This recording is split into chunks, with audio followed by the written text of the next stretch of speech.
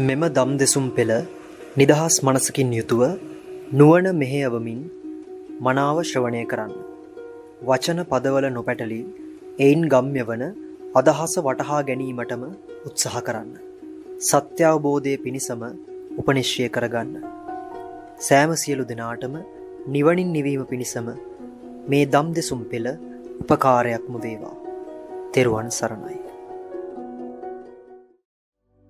සත්තුප්ප සත්ත චරණං සරණං ජනානං බ්‍රහ්මාදි මූලි මනිරං සිසමාව හන්තං පංකේරුවාහ මුදුකෝ මලචාරුවන්නං වන්දාමි චක්කවරලක් කනමාදදානං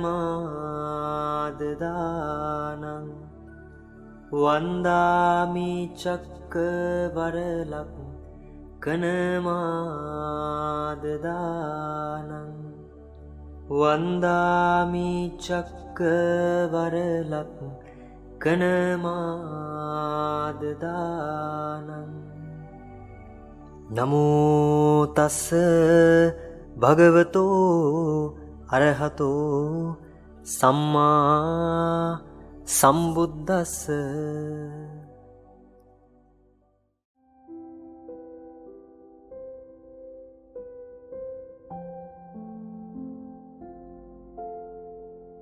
අපි අදත් සාකච්ඡාව ආරම්භ කරන්න බලාපොරොත්තු වෙන්නේ.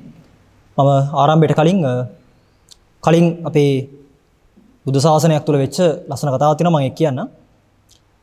මේක වෙන්නේ කල්ප 92කට කලින්. ඒ කාලේ වැද්දෙක් හිටියා. ඒ වැද්දා උදෑහිම්ම ගියා දුනු විතර ටික අරගෙන කැලේට දඩේමක් බාගෙන ඉන්න කියලා. මුවෙක් මරන්න අදහසින් තමයි ගියේ. කැලේට ඇතුල් වෙච්ච වැද්දා දැක්කා ඈතින්ම කසට පාට රෙද්දක් පොරවගත්ත ඊටාම ශාන්ත ඊලාවෙන් වැඩ ඉන්න මිනිස්සෙක් ඉන්නවා. දැක්ක ගමන් හිත පැහැදුනා. අර දඩේමේ යන්න තිබ්බ චේතනාව එහෙමම යටවත් වෙලා ගියා. මේ ඉන්නේ කවුද කියලා බලන්න ඕන ගමක් ආවා. ඒ ඡායාව ලං වෙන්න මේ වැද්දාට තේරුණා මේ ඉන්නේ මේ ලෝකේ පහළ වෙච්ච බුදු පියාණන් වහන්සේ නමක් කියන එක. මේ තරුණයා කරපු වැඩේ ඒ ළඟපාත තිබ්බ විලෙන් ඒ උදෑසන පිපිච්ච නෙළුම් මලක් ඒ විලේම කඩලා අරගෙන දොහොත් මුදුනේ තියාගත්තා කියනවා නෙළුම් මල. ඒ නෙළුම් මල අත් දෙකෙන් අරන් ගිහිල්ලා බුදුහාමුදුරන්ගේ ශ්‍රී පාද පද්ම ළඟ තැන්පත් කරලා බුදු පියාණන් වහන්සේට වැඳ කියලා මතක් කරා. වැඳලා තරුණයා ඉතින් එහෙම ගියා තමගේ රාජකාරියට.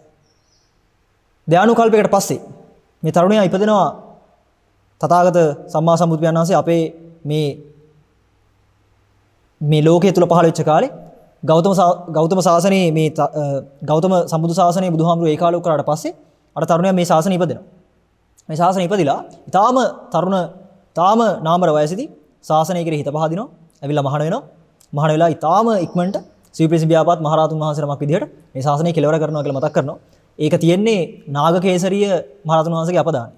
උන්වහන්සේ එදා මතක් කරන්නේ මම එදා කරපු එක නෙළුම් මල් පූජාව නිසා ඒ ධානු කල්පයම දුගතියක් කියලා නාමයක්වත් දැක්කේ නැහැ කියනවා. සක්විති රජ පදවිය ලැබුව වාර කියා ගන්න බෙතරම් කියනවා. රාජරාජ මහා මාත්‍ය ධූරයන් ආඩ්‍ය සැප සම්පත් කියලා නිම කරන්න බැරි මට්ටමින් ඒ කල්ප කාලාන්තරය තුල භුක්ති විඳ කියලා කියනවා. ඒ සියල්ලටත් වඩා ඒ සියලු ආඩ්‍ය සැප සම්පතටත් වඩා දහම්මැස පහල කරගන්න මට අවස්ථාව ලැබුණා. කලියුත්ත කරලා ඉවරයි. ආයි මත්තේ කඩියුත්තක් නැහැ කියන නුවණ දැම්මට තියනවා කියලා සීහනාදයක් කරනවා. ඉතින් මට මතක් කරගන්න ඕනේ බුදු පියාණන් වහන්සේලාගේ ඡායා මාත්‍රය ඇහින් දැකීම පවා මිනිස්සෙක් සසර අවසානට ගෙනියනවා. ඉතින් එහෙනම් නිකන් කල්පනා කරලා බලන්න ඕනේ. අද අපිට බුදුහාමුදුරුවෝ පිළිමයකින් හරි බලා ගන්න පුළුවන් වෙලා තියෙනවා. රුවන්වැලිසෑය හාමුදුරුවෝගේ විශාල ස්තූපයන් වහන්සේලා හරි බලා ගන්න පුළුවන් වෙලා තියෙනවා. ඉතින් එහෙම වෙලාවක අපිට මලක් කඩලා පූජා කරන්න ලැබෙනවා කියන්නේ ඊටාම දුර්ලභ ලැබෙන අවස්ථාවක්. ඉතින් මේ අවස්ථාව උපරිමයෙන් ප්‍රයෝජනයට ගත්තොත් ඒ බුද්ධ ශාසනයේ තියෙන පොඩි ඡායා මාත්‍රයක් කරේ අපේ ජීවිතේ එනවා. ඒ ඡායාව තමන්ව අඳුරෙන් එළියට අරන් යන්න පුළුවන් උපරිම ශක්තිය උපනිෂය සපයනවා. ඉතින් මේ වෙනුවෙන් සියලු දෙනාට මේ ශක්තිය ලැබෙන්න කියන අර්ථයෙන් අපි බුදු පියාණන් වහන්සේලාගේ ගුණයට, ධර්මයේ ගුණයට, ඒ වගේම මහා සංඝයාගේ අනන්ත ප්‍රමාණ උත්තුංග ගුණ කඳට අප සියලු දෙනාගේම උත්තුංග නමස්කාරය වේවා කියන අර්ථයෙන් තුනුරුවන් වන්දනා කරමු. සියලු දෙනාම සාදුකාරය පවත්වමු.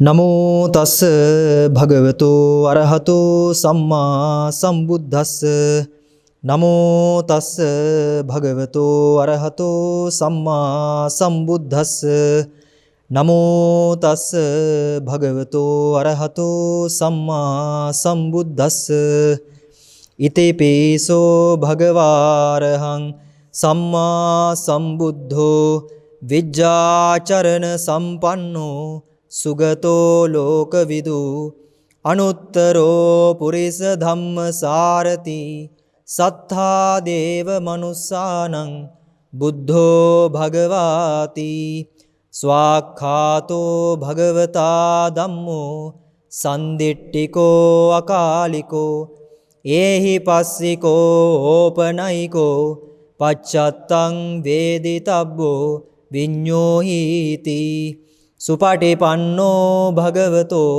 ශාවක සංඝෝ උජුපටිපන්නෝ භගවතෝ ශාවක සංඝෝ ඥායපටිපන්නෝ භගවතෝ ශාවක සංඝෝ සාමීචි පටිපන්නෝ භගවතෝ ශාවක සංඝෝ යදෙදං චත්තාරි පුරිස යුගානි අට්ඨ පුරිස පුග්ගලා ඒස භගවතෝ ශාවක සංඝෝ ආහුනේයෝ පාහුනේයෝ දක්ඛිනේයෝ අංජලි කරණීයෝ අනුත්තරං පුඤ්ඤක්කෙත්තං ලෝකස්සාති නත්ති මේ සරණං අඤ්ඤං බුද්ධෝ මේ සරණං වරං නත්ති මේ සරණං අඤ්ඤං ධම්මෝ මේ සරණං වරං නත්ති මේ සරණං අඤ්ඤං සංඝෝ මේ සරණං වරං ඒතේන සච්ච වජ්ජේන හෝතු තේ ජය මංගලං කායේන වාචා චිත්තේන පමාදේන මයා කතං අච්චයං කමමේ බන්තේ බූරේ පඤ්ඤ තථාගත කායේන වාචා චිත්තේන පමාදේන මයා කතං අච්චයං කමමේ ධම්ම සන්දිට්ඨික අකාලික කායේන වාචා චිත්තේන පමාදේන මයා කතං අච්චයං කමමේ සංඝ සුපටිපන්න අනුත්තර සාදු සාදු සාදු. මම ආරම්භයක් විදියට මම කියනනම් කෙටි කාරණාවක් අපිට අපේ තියෙන මේ මනස විවෘත කරගන්න පොඩි උපනිෂයක් ලැබේවා කියන අර්ථයෙන් අපේ මේ ජනවහර ජනශ්‍රුතිය ඒ කාලේ ධම්ම පරම්පරාගතව අපිට ඇවිල්ලා තියෙනවනේ යම්කිසි ඔය ජනශ්‍රුතියෙන් යම් කොටසක් ආభాෂය. ඒ ජනශ්‍රුති වල තියෙන සමහර මේ පදපේලි සමහර ලාවට රූඩි ප්‍රස්තාපිරළු එහෙම අපිට අර උඩින් කිව්වහම එකක් වගේ තේරෙන්නේ. හැබැයි ඒවේ හැංගිච්ච ඊටාම ගැඹුරු අර්ථයක් තියෙනවා. මම මේ ළඟදී මට හම්බෙච්ච එක කවියක් හම්බුණා. ඒක මම හිතුවා මතක් කරගන්න හොඳයි කියලා. මොකද අපි ධර්මය ශ්‍රවණය කරනකොට නැත්තම් යමක් ඇත්තද බොරුද කියන එක හොයනකොට අපිට බොහෝ විට පාවිච්චි කරන වචන අපිට භාෂා මාධ්‍ය විතර පාවිච්චි කරන අපේ භාෂාව. ඒතර මේ භාෂාව කියන එකේ ඕනම වෙලාවක උඩ අගයක් තියෙනවා. ඒකට අපි සාමාන්‍යයෙන් කියන්නේ ෆේස් වැලියු එක කියලා. ඒ කියන්නේ උඩින් පේන අර්ථය. හැබැයි ඕකේ ඒ වචන වල හංගපු ගැඹුරු අගයක් තියෙනවා. ගැඹුරු වටිනාකමක් තියෙනවා. ගැඹුරු අර්ථයක් තියෙනවා. ඔරොනාර ඊස්ටර් එග්ස් කියලා කියන්න පුළුවන්. ඒ කියන්නේ ඒක ඇතුලේ තියෙන ප්‍රහේලිකා වගේ මට්ටමක්. ඒ කියන්නේ අපිට උඩින් පේන එකට වඩා ඇතුලේ ඊට වඩා හාත්පස වෙනස්. අන්න ඒ වගේ අර්ථයක්. ඒ කවිය තමයි ඒක කියන්නේ ඉස්සන් පිසාපිය රාකලයක්ම බීපිය මූ අඹවාපිය මෙතුන කරලා මාව කාපිය. ඕක තමයි මේ ජනවහරේන කවිය. දැන් මේකේ උඩින් බැලුවම තියෙන්නේ නිකන් ඉස්සෝ මරලා දාන්න. ඉස්සෝ මරලා උයන්න. ඊට පස්සේ රාකලයක් බොන්න. හරිද? දැන් ඔහොම බලනකොට උඩින් බලන මනුස්සයට තේරෙන්නේ නැහැ මේකේ මොකද්ද මේ කියන්න හදන්නවත් කියලා. ඒකයි මම කියන්නේ දැන් අපි යමක් කතා කරනකොට ඒකේ උඩින් එන අර්ථය සමහර ලාවට හාත්පස වෙනස් වෙන්න පුළුවන්. මොකද එහෙම වෙන්නේ තම තමන් එකතු කරගත්ත දැනුම් පද්ධතිය අනුවනේ ඒ කියන වචනේ අපි කේතනය කරගන්නේ. අපි අපේ මනසට ඕනම වචනයක් ගන්න අපි දන්න අත්දැකීම් එක. ඒතොර ඒ අත්දැකීම් වලට අනුව අපි හිතන් ඉන්නේ වැරදි අදහසක් නම් ඒ අදහස් තමයි අර වචනෙන් පේන්නේ. හැබැයි අර කියන්න උත්සාහ කරලා තියෙන්නේ වෙනම එකක්. ඒක හරියට අර කළුව මාරපන් ගියා වගේ සිද්ධියක්. ඒ කියන්නේ කියන්න කලින් ගිහිලි ඉවරයි. හරිද? ඒ කියන්නේ පොඩ්ඩක් ඉවසලා හිටියා නම් විස්තරය අහගන්න තිබ්බා. හැබැයි එහෙම වෙන්නේ නැහැ. හරිද? ඒකට කියන්න පුළුවන් අපිට වචනයක් මේ මඤ්ඤණාව කියලා. ඒ කියන්නේ ඔහේ හිතේ කතාව කියලා. එහෙනම් තමයි අර බුදුහාඳුරෝ හැමතිස්සම කියන්නේ සුසුතං ලබතේ පඤ්ඤා කියලා. ඉතින් මනාව ශ්‍රවණය කරොත් මහන්නේ ප්‍රඥාව ලබන්න උපනිෂය තියෙනවා. ඒ හින්දා මම මේ ජනශ්‍රුතියේ තියෙන අදහස් මම පොඩ්ඩක් කියන්න හැමෝටම වටන හින්දා. ඒකේ ඉස්සන් පිසාපි කියලා තියෙන්නේ ඉස්සන් කියලා උතන පෙන්නලා තියෙන ඊර්ෂ්‍යාවට. ඊර්ෂ්‍යාව කියන්නේ අපි හොඳට බැලුවොත් තේරෙනවා ඊර්ෂ්‍යාවත් එක්ක ගොඩනැගෙන්නේ වෛරය, ක්‍රෝධය, පටිඝය, තරහව. හරිද? ඊට පස්සේ ඒකේ පෙන්නනවා රාකලයක්ම බීපිය. ඔය රාකලයක් කියන එකෙන් අර්ථ ගන්න උත්සාහ කරලා තියෙන්නේ ජනවහර ඇලීම කියන එක, රාගය කියන එක, ආදරය, සෙනෙහස, බන්ධනය වගේ එකක්. මෝහ කියන එකෙන් අර්ථ ගන්නවන්න උත්සාහ කරන්නේ ජනශ්‍රුතියේ ජනකවියා මෝහය කියන එක, මෝඩකම කියන එක. ඒ තුනම කරලා මාව කාපි කියලා කියන්නේ. සරලව කිව්වොත් කෙනෙක් රාගය, ද්වේෂය, මෝහය මුලින් උපුටා දැම්මොත්, ඒ තුනම ඉවර කරලා දැම්මොත් අන්තිමට ඉතුරු වෙන්නේ නෑ කවුරුත් මමත්වය කියලා එකක්. මම යව නිකම්ම කැවිලම යනවා. කාලා දාන්න දෙයක්වත් නෑ, කැවිලම යනවා. ඒකෙදි මට මතක් වුණා ඔය බුදුහාමුදුරුවෝ පෙන්නපු මේ සූත්‍රයක් තියෙනවා ඔකට. ඒකේ පෙන්නනවා මේ ද්වේෂය කියන්නේ මහා සාවද්‍යයි. හැබැයි ඊටාම ඉක්මනට පහ වෙනවා.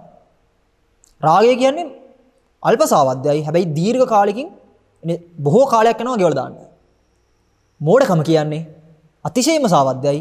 අතිශයින්ම අමාරුයි ගෙවන්න. පැහැදිලි? ඉතින් ඉස්සන් පිසාපිය කියන එක දැන් ඉස්සෝ ටිකක් අරගෙන උයනවා වගේ අර්ථයක් ගන්නකො. ඒක ඉක්මන්. රාකලයක් බොනවට වඩා. හරිද? ඒ කියන්නේ ඉක්මනට ඒකට කටයුතු කරන්න පුළුවන්. ඒ කියන්නේ සෝඩා බෝතලේ කැඩුවා වගේ කියලා අපිට අදහස් තියෙන්නේ. තරහ ගැන සෝඩා බෝතලේ කැඩුවා වගේ කියලා. හැබැයි රාගය කියන එක එහෙම නැහැ. එනේ ආදරයක් ඇති වුණොත් එහෙම විරහ වේදනාව නැත්තම් ඔය අතහැර දැමීම, ප්‍රියංගෙන් වෙන්වීම වගේ දුක් සහගතව හිටපු පිරිසකින් අහලා බලන්න කොච්චර කාලයක් ඒක ඉන්නවද කියන. ඒක හිතේ දරාගෙන. එනේ එච්චරට අමාරුයි ඒක. හරිද? ඉතින් ඔය දෙකම නියාමනය කරන්නේ මෝඩකම. ඒ හින්දා තමයි කියන්නේ මූ අඹ වාපිය කියලා. ඒ කියන්නේ පුළුවන් තරම් ඉක්මනට අයින් කරලා දාන්න කියන එක. ඒ තුන කරොත් මමත්වයේ කියන එක නැත්තම් මේ ස්වකීයත්වයේ කියන එක නැත්තම් ස්වභාවය කියන එක නැත්තම් අයි කියන එක එතනම ගෙවිලා යනවා. ඉතින් මට ඒකේ ඒ ජන විහාරේ පෙන්වන්න ඕනේ අපිට පාවිච්චි ගන්න වෙන්නේ වචන ටිකක් තමයි. ඒතර අපි භාවිතා කරන වචන භාෂාව අපි දන්න මට්ටමේ අත්දැකීම් එක තමයි අපි ගොඩනගන්නේ. ඒතර මම කතා කරන උපමාවක් සමහරලාට මෙතන ඉන්න කාටවත් තේරෙන්නේ නැති වෙන්න පුළුවන්. ඒක කමක් නැහැ.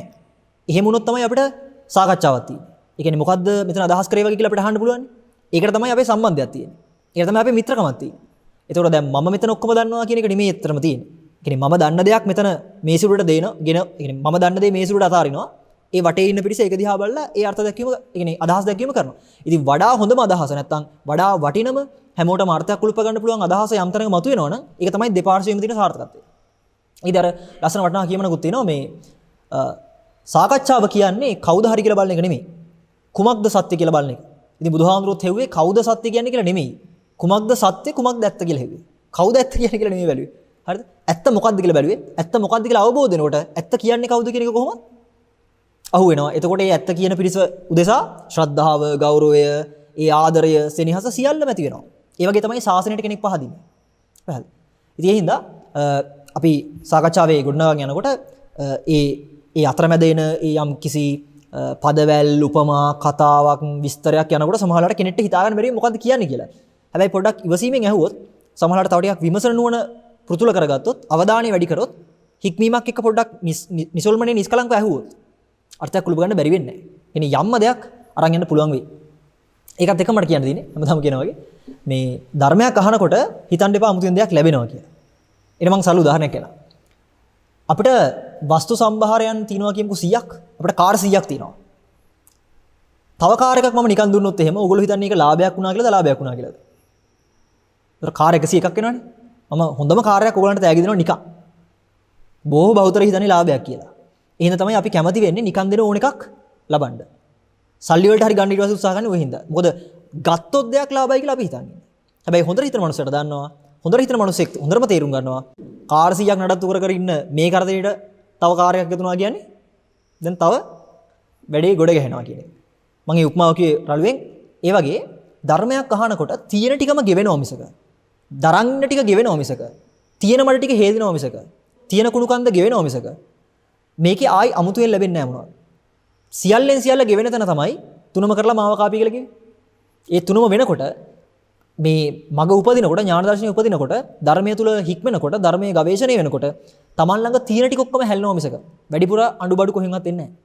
ඒක හොඳට මතක තියාගන්න. මම මොකද ඒක කියන්න ප්‍රධාන හේතුව අපි හැමතිස්සෙම අපේ හිතේ නැගෙන ප්‍රධාන ප්‍රශ්නේ තමයි මොකද්ද කියන්නේ? මොකද්ද කරන්නේ? ওই ප්‍රශ්න ටික එනවා. තේරෙනවද? ඉතින් මේ ප්‍රශ්නේ එන්නෙම අපි හැමතිස්සෙම අපේ අවධානය අපි දාන්නේ මොන හරි ලැබෙයි කියන අර්ථයෙන්. හරිද? ඉතින් මේ ලෝකේ තියෙන හොඳම ලැබීම තමයි කිසිවක් නොලැබීම. බුදුහාඳුරෝ කර මේ සුද්ධෝදන රජමාලිගාවට වඩිනවනේ මහා සංඝයා පිරිවරාගෙන. වැඩලා බුදුහාඳුරෝ මේ රජමාලිගාවට යන්නේ නැහැ පිණ්ඩපාත ගන්න. බුදුහාඳුරෝ වඩිනවා ජනපදේ වටේම. එතකොට සුද්ධෝදන රජතුමා කියනවනේ බුදුහාඳුරනේ ඔබ වහන්සේ මේ රාජ කුලයෙන් උපන්න කුමාරයෙක්. රාජ කුලයෙන් තමයි ගිහිලා පැවිදි වුණේ. ඔබ වහන්සේට පොඩ්ඩක් හිතන්න බැයිද මේ රාජවංශයට කරන නිග්‍රහාවක් නෙමෙයිද මේ පිණ්ඩපාතේ යන එක. නැත්තම් මේ හිඟා කන්න යන එක. බුදුහාඳුර මොකද්ද කියන්නේ? ඔබතුමාගේ කුලේ රාජවංශය වෙන්න පුළුවන්. හැබැයි මගේ කුලේ රාජවංශය නෙමෙයි. මගේ වංශය බුද්ධ වංශය. බුද්ධ වංශයේ තියෙන උත්තරීතර පිණ්ඩපාතය නැත්තම් උත්තරීතර හිඟා කෑම තමයි මේ පිණ්ඩපාතය කියලා කියන්නේ. ඒ හින්දා අර බුදුහාමුදුරන්ගේ චරිතය විශ්ලේෂණය කරගත්තා නම් තේරෙයි බුදුහාමුදුරෝ තියෙන සියල්ලම අතෑරන මට්ටමේ ජීවිතයක පවත්වපු උත්තමෙක්. ඉතින් ඒ අනුසාරය තමයි ධර්මයේ තියෙන ස්වභාවය පිළිඹු කරන්නේ. ඉතින් ඒ ධර්මතාවයම තමයි සංඝයාගේ ගුණය ඇතුලේ තියෙන්නේ. ඉතින් සංඝයාගේ ගුණයට එකතු වෙන්න හදන ඕනම කෙනෙක්ට තියෙන දේ ගොඩ ගහ ගැනීම නෙමෙයි තියෙන දේත් අතහැරලා දෙන්න පුළුවන් මට්ටමේ චින්තනයක් මතුවිය යුතුයි. ඒකම මතක් කරේ ධර්ම ශ්‍රවණයේ තියෙන ප්‍රධානම වටිනාකම වෙන්නේ තියෙන දේත් අතහැරන තැනට එනකොට සතුටක් ඇති වෙනවා මිසක තව දෙයක් ලැබුණා කියලා සතුටු වෙන්නේ නැහැ. ඒ හින්දා එතනට අර්ථය බලන්න ගිරේ මම නවතක් ගන්න තියෙන්නේ. හරි. මම කියනනම් යම් කතාවක්, ඒ කියන්නේ යම් උපමාවක්. මේක අපේ සහෝදරයෙක් මට මේ දවස් දෙක තුනකට කලින් මතක් කරේ මේ වගේ එකක් බැලුවොත් හොඳ නැද්ද හඳුනේ කියලා. ඒක ලස්සන උපමාවක් මම කියන්න. මෙන්න මෙහෙම හිතන්න. මේ ලෝකේ සල්ලි කියලා જાතියක් නැහැ. සල්ලි කියලා කිසිම જાතියේ සලකුණක් නැහැ කියන්නකෝ.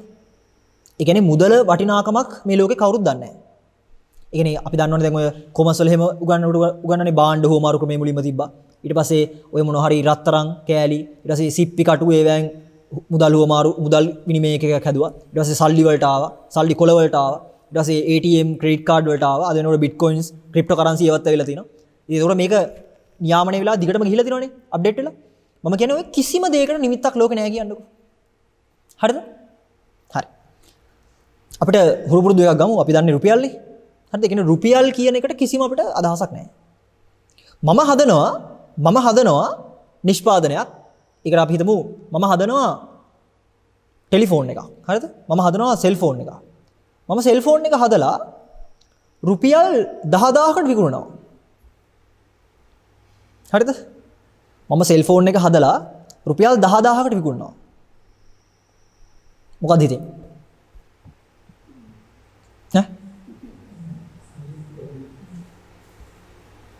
මොකක්ද හිතෙන්නේ? රුපියල් කියන වටිනාකම සම්බන්ධ කිසිම නිමිත්තක් නැහැ. එවැනි ලෝකෙක මම සෙල්ෆෝන් එකක් හදලා විකුණනවා කියලා දානවා මිල ගහලා රුපියල් 10000යි කියලා. මම කියන්නේ තේරෙනවද? නෑ සල්ලි නෑ කියන එක නෙවෙයි ලකන්නේ. හරි. එහෙමනේ. දැන් අපිට ටක් ගාලා හිතෙන්නේ ඒකනේ දැන් ඒ කාලේට සල්ලි කියලා જાතියක් නෑනේ හාඳුනේ කියලා. එහෙම නෙවෙයි.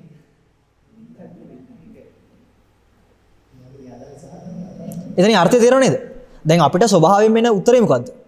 ඉතින් හාඳුනේ කොහොමද රුපියල් 10000 විකුණන්නේ? ඉතින් සල්ලි ගැන මිනිස්සු දන්නේ නෑනේ.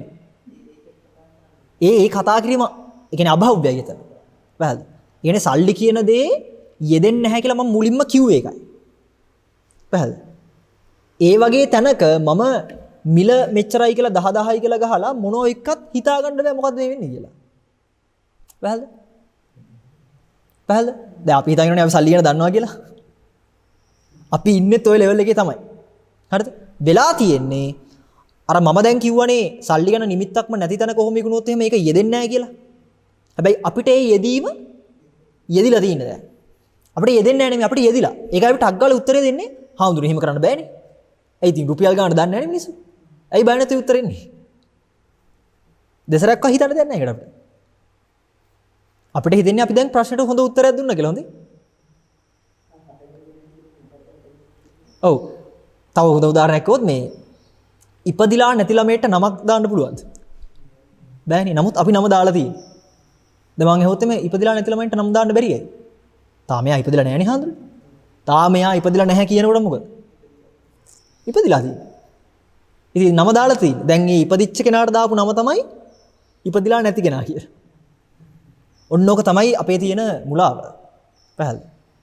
ඒ කියන්නේ අර ඉස්සන්නව පිහ ගන්නත් බෑ, රාකලයක් බිහ ගන්නත් බෑ, මූව අඹවන්නත් බෑ. ඒ තුන වෙන්නේ නැති හින්දා මම තාම ඉන්නවා. ඒකයි සිද්ධිය. හරිද? ඉතින් මට මේ උපමාව සරලව ගේන්න ඕනේ. ඒ කියන්නේ එතන අදහස ආව නම් කියන්නේ මෙතන මේ අදහස කියන්නේ බුදු පියාණන් වහන්සේලා පෙන්වුවේ ශුන්‍යතා ධර්මය කියලා නැත්නම් නිරෝධය නැත්තම් නිවන කියලා අපිට මෙහෙම හිතන්න පුළුවන් තරකට නෙමෙයි. කියන්නේ හිතනවා කියන්නේ නිවීම නෙමෙයි.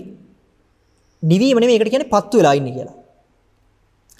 අපිට වෙලා තියෙන සිද්ධිය මේකයි. අපි ලෝකය ඇතුලේ කතා කරන සියලු තැන්වල ඔය ගින්නේ අඩු වැඩිකම් අපිට පේනවා. ඒ හින්දා අර හුඟා ගින්නෙන් පිච්චෙන මිනිස්සු කරන වැඩේ ගින්න අඩු තැනකට යනවා. හැබැයි අමතක කරන්න එපා. ගින්න අඩු තැන තමයි ලොකුම රස්නේ තියෙන්නේ කියන එක. ඇයි යට තියෙන ගිනි පුපුර වල රස්නේ හිම්මම තියෙනවා. පැහැදිලි. සමහරලාට ඉටිපන්දමක් පත්තු කරලා ඔයගොල්ලෝ කරලා ඇති සාමාන්‍ය හරිද? ඉටිපන්ද මුඩින් දැල්ල මෙහෙම යවනකොට එච්චර පිච්චෙන්නේ නැහැ නේ. හැබැයි නිකන් ගිනි පුපුරක් එහෙම වෙන්නොත් කොහොමද? දියපට්ටෙන්න පිච්චෙනවා. හැබැයි අපිට තියෙන ගින්දර තමයි ලොකුම භයානකම කියලා. හරිද? ඉතින් මේ ලෝකේ හුඟක් වෙලාවට ප්‍රතිපත්තියක් අපි හදාගන්නෙම අර ගිනි ගන්න තැනින් ගිහිල්ලා අඟුරු ගොඩේ ඉන්න. අඟුරු ගොඩේ ඉඳලා තැම්බිලා මැරෙන්නේ. තේරෙන්නේ නැහැ. පැහැදිලිද? අතන පිච්චෙනවා කියලා තේරෙනවා. ගින්නක් ගන්නකොට. තැම්බෙනකොට තේරෙන්නේම නැහැ. පැහැදිලිද? ඉතින් අන්නේ වගේ මුලාවක් මේකේ තියෙනවා මෝඩකම. ඉතින් ඒ හින්දා අර මම කිය උපමාව පොඩ්ඩක් තේරුණා නම් අපි ලෝකය කියලා කතා කරන්නේ උන් වගේ තැනකට. හරිද? ওই ලෝකය කියන සිද්ධිය ඇතුලේ සමස්ත ලෝකයම ගින්නක් කියන තැනින් තියෙන්නේ. නැත්තම් ගිනි ගොඩක් නැත්තම් අඟුරු ගොඩක් කියන තැනින් තියෙන්නේ. පැහැදිලි? නැත්තම් අපි කතා කරන සිද්ධිය හරියට අපි මේ ජීවත් වෙනවා කියන සිද්ධිය හරියට රුපියල් ගැන නොදන්න පිරිස රුපියල් වලින් මිල ගහපු බඩු ගන්න තරම් කරනවා වගේ වැඩක්. ඒ තරඟය ඇතුලේ මිනිස්සු වැඩිපුර සල්ලි හොයන්න උත්සාහ කරනවා. සමහර මිනිස්සු දුප්පත් කියලා නම් ගහනවා. සමහර කට්ටිය පොසත් කියලා හිතාගෙන ඉන්නවා. සමහර කට්ටිය උපතිම දහවත් කියලා හිතාගෙන ඉන්නවා. සමහර කට්ටිය බංකොලොත් වෙලා ගිහිල්ලා. හරිද? සමහර කට්ටිය සල්ලි නැහැ කියලා අඬනවා. සමහර කට්ටිය හොරගම් කරනවා. ඉතින් ඔය ඔක්කොම වෙන්නේ කොතනද? රුපියල් කියලා එදිලම නැති අදහසක් නැති සමාජයක. ඔන්න ඔතන මුලා. හරිද? ඉතින් වැඩේ තියෙන්නේ කෙනෙක් දැන් ඔය උපමාව කියනකොට කල්පනා කරලා බලන්න පුළුවන්. හරි දැන් ඔබ වහන්සේ කියන ඒතනින් හරි කියන එක. ඒකම මුලින්ම කිව්වේ අර ඉස්සන් පිසාවි වගේ එකක් තමයි මේක දැන්. හරිද? අර උඩින් එන ඒ අර්ථය තේරුම් ගන්න එක මහ ලොකු වැඩක් නෙමෙයි. ඒ තියෙන අදහස වටහා ගන්න එකයි මෙතන කරන්න තියෙන්නේ. ඒ අදහසත් එක්ක බලනකොට තමයි කෙනෙක්ට දෙයක් නොලැබී තියෙන දේත් ගැලවෙන තැනට වැටෙන්නේ. තේරෙනවද? නැත්තම් වෙන්නේ මේ කතාව අහගත්තට පස්සේ එහෙමත් එකක් තියෙනව නේද කියලා හිතනවා එච්චරයි. හරිද? කියන්නේ ආයිත් සල්ලි කියලා දෙයක් තිබිලම නැහැ කියලා නේද ඔය කියන්නේ. ඒ වගේ එකට එනවා. එහෙම කියන්නේ සල්ලි ගැන දන්නේ නැහැ. හරිද? ඒතර තමයි අර බුදුහාමුදුරුවෝ ලස්සනට කියන්නේ බලන්න ওই ටික සූත්‍ර එහෙම වල්නවා නම් කට්ටිය අබිනිවේෂ මේ සූත්‍ර කොටස් ටිකක් තියෙනවා. ඔය අබිනිවේෂණය ගැන කියපු නෝචමේසියා සූත්‍රය. ඒ සලායතන සංයුත්තේ මට මතක හිටිදී. ඒ සූත්‍ර ටික බලන්න ඉතාම ලස්සන බුදුහාමුදුරුවෝ කියනවා පුහුදුන් සත්‍යයේ ස්වභාවය තමයි මහන්නේ රූපයට බැසගෙන වේදනාවට බැසගෙන සංඥාවට සංකාරට විඥාණයට බැසගෙන රූපයක් තියෙනවා කියලා කියනවා. රූපයක් නැහැයි කියලා කියනවා. රූපයක් හෝ මමක් හෝ කෙනෙක් හෝ ලෝකයක් හෝ නැහැ කියලා කියනවා. එක එක විදිහට ඔට්ටු වෙවි යනවා. හැබැයි දුක තමයි රූපයට බැහැගෙනමයි කියන්නේ. වැහල්. අර ඉස්සෙල්ලා කතාව වගේ තමයි. දැන් මම කිව්වම සල්ලි කියලා නිමිත්තක් මේ ලෝකේ නැහැ කාටවත්. හොඳේ. දැන් මම කරන දේ සෙල්ෆෝන් එකක් හදලා ප්‍රයිස් ටැග් එකක් ගහලා විකුණනකොට මොකද්ද වෙන්නේ කියලා අහපුවම මම ආපු උත්තරේ මොකද්ද? එහෙම කරන්න බෑනේ. මොකද සල්ලි කියලා જાතියක් ලෝකේ නැහැනේ. සල්ලි කියලා જાතියක් ලෝකේ නැහැ කියන්නේ හරියට මොකද්ද? සල්ලි වලටම බැහැලා සල්ලි ගැන දැනගෙන සල්ලි නැහැ කියලා කියනවා. ඉතින් වැඩක් තියනවද? ඒකට තමයි බුදුහාමුදුරුවෝ මතක් කරේ නොදන්න කම නිසායි මේ ඔක්කොම වෙන්නේ කියන්නේ. හරිද? ඒව මේව තස්ස කේවලස දුක්ඛකන්ද සමුදයෝති කියන්නේ. මේ සමස්ත සංසාර වටය තුල දුක කියන කොටස නිමා නොවෙන්නේ නොදැනීම කියන එක දන්නේ නැති හින්දා. අපි හැමෝම දන්නවා. අපි හැමෝම අද වෙනකොට දන්නවා අපි මොනවද දන්නේ නැහැ කියලා හරි. ඒකයි මේකේ තියෙන ප්‍රශ්නේ. අද අපිට වෙලා තියෙන මේ වින්නහිය තමයි අපි අද කලින්ම දන්නවා අපි මොනවද දන්නේ නැහැ කියලා දැන්. දන්නේ නැහැ කියලා කියන්නේ වචනේ Taman දන්නේ නැහැ කියලා තේරුම් ගන්න නෙමෙයි. හරිද? දන්නේ නැහැ කියන තැනට නුවණක් එන්න ඕනේ. අන්න එතකොට තමයි අඥානකම හම්බෙන්නේ. අනුවණකම හම්බෙන්නේ නුවණ ආවොත්. අපි ගන්නේ අපි නුවණ නැත්තෝ ඒ නුවණ තමයි අපි මෙලෝ දෙයක් දන්නේ නැහැ කියලා අපි දන්නවා කියන එක. හරිද? ඒක හුදු රංගපෑමක් මවපෑමක් විතරයි. මෙම ඒක වචන භාවිතෙන් කියනකොට ඇත්ත වගේ වෙන්න පුළුවන්. මොකද ඒ වචන වලින් නිගන්න වෙන්නේ. හැබැයි ඉතින් ඒ වචනෙට වඩා එතන ගියපු අදහස කොච්චර Tamanට වැටලා තියෙනවද කියන තමයි ඊට පස්සේ බලන්න තියෙන්නේ. ඒකත් එක්ක ඒක කෙනෙක් බලනවා නම් Taman හොඳට බලන්න පුළුවන්. Tamanගේ තියෙන නිවීම ඊට පස්සේ Taman යම්කිසි ගැටලුවකදී ප්‍රශ්නකදී මුහුණ දෙන විදිහ ඒ සියල්ල කරත හැකියි. හැබැයි මම ආයි මේක කියනවා. දැන් මම මේක කිව්වහම අනිවාර්යෙන් අපි කරන්නේ අර නිවිච්ච මිනිස්සුන්ගේ ජීවිතය ගැන පොඩ්ඩක් බලනවා. බලලා ඒ වගේ අපි ඒ සිටුේෂන් වලට බලනවා. ඉතින් ඒ සිටුේෂන් වල අපිත් එහෙම ඉන්න බලනවා. ඒක පුළුවන් වෙන්නේ අර තමන්ගේ වීරිය තියෙනකම් විතරයි. ඊට පස්සේ සාමාන්‍යකරණීය වෙනකොට මොකද වෙන්නේ? ආයි ඉවරයි. පැහැදිලිද? එහෙනම් රංගපාන එක මේකේ කොහොමවත් හරියන්නේ නැහැ. ඒ අදහස උලුප්පා ගැනීම තමයි කරන්න වෙන්නේ. එහෙම නැත්නම් අපි හිතනවා වගේ ලේසි වෙන්නේ නැහැ. පැහැදිලිද? මම ඒක තමයි අතරම කියන්න ඕනේ. අපිට ප්‍රශ්න තියෙනවා අර යන්න පුළුවන් නේ. ස්වාමීන් වහන්සේ අවසරයි. ත්‍රිවසනයි. සරණයි ස්වාමීන් වහන්සේ. මේ ස්වාමීන් වහන්සේ මේ සාකච්ඡාව කිව්ව එකත් එක්ක පොඩි ප්‍රශ්නයක් නැගුණා මට. ඔව්. ස්වාමීන් වහන්සේ අපි සාමාන්‍යයෙන් කියන ස්වාමීන් වහන්සේ මේ පටිච්ච සමුප්පාදයක් නිසා තියෙන බව නැති බව ඔය යමක් ඇති බව හමුවීම ප්‍රාත්ම කියන මේ සේරම ඇති වෙනවා මම කියන්නේ ස්වාමීන් වහන්සේ පටිච්ච සමුප්පාද යක් තියෙනවා කියලා නෙමෙයි.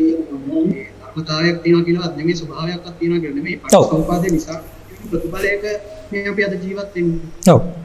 ඒවත් භාවයක් නැතකොට ස්වාමීන් වහන්සේ ඒකෙදි නැවත පටිච්ච සමුප්පාදයක් තියෙනවා කියලානේ අපි ආයෙත් හිතන්නේ එතනදී. ඔව්.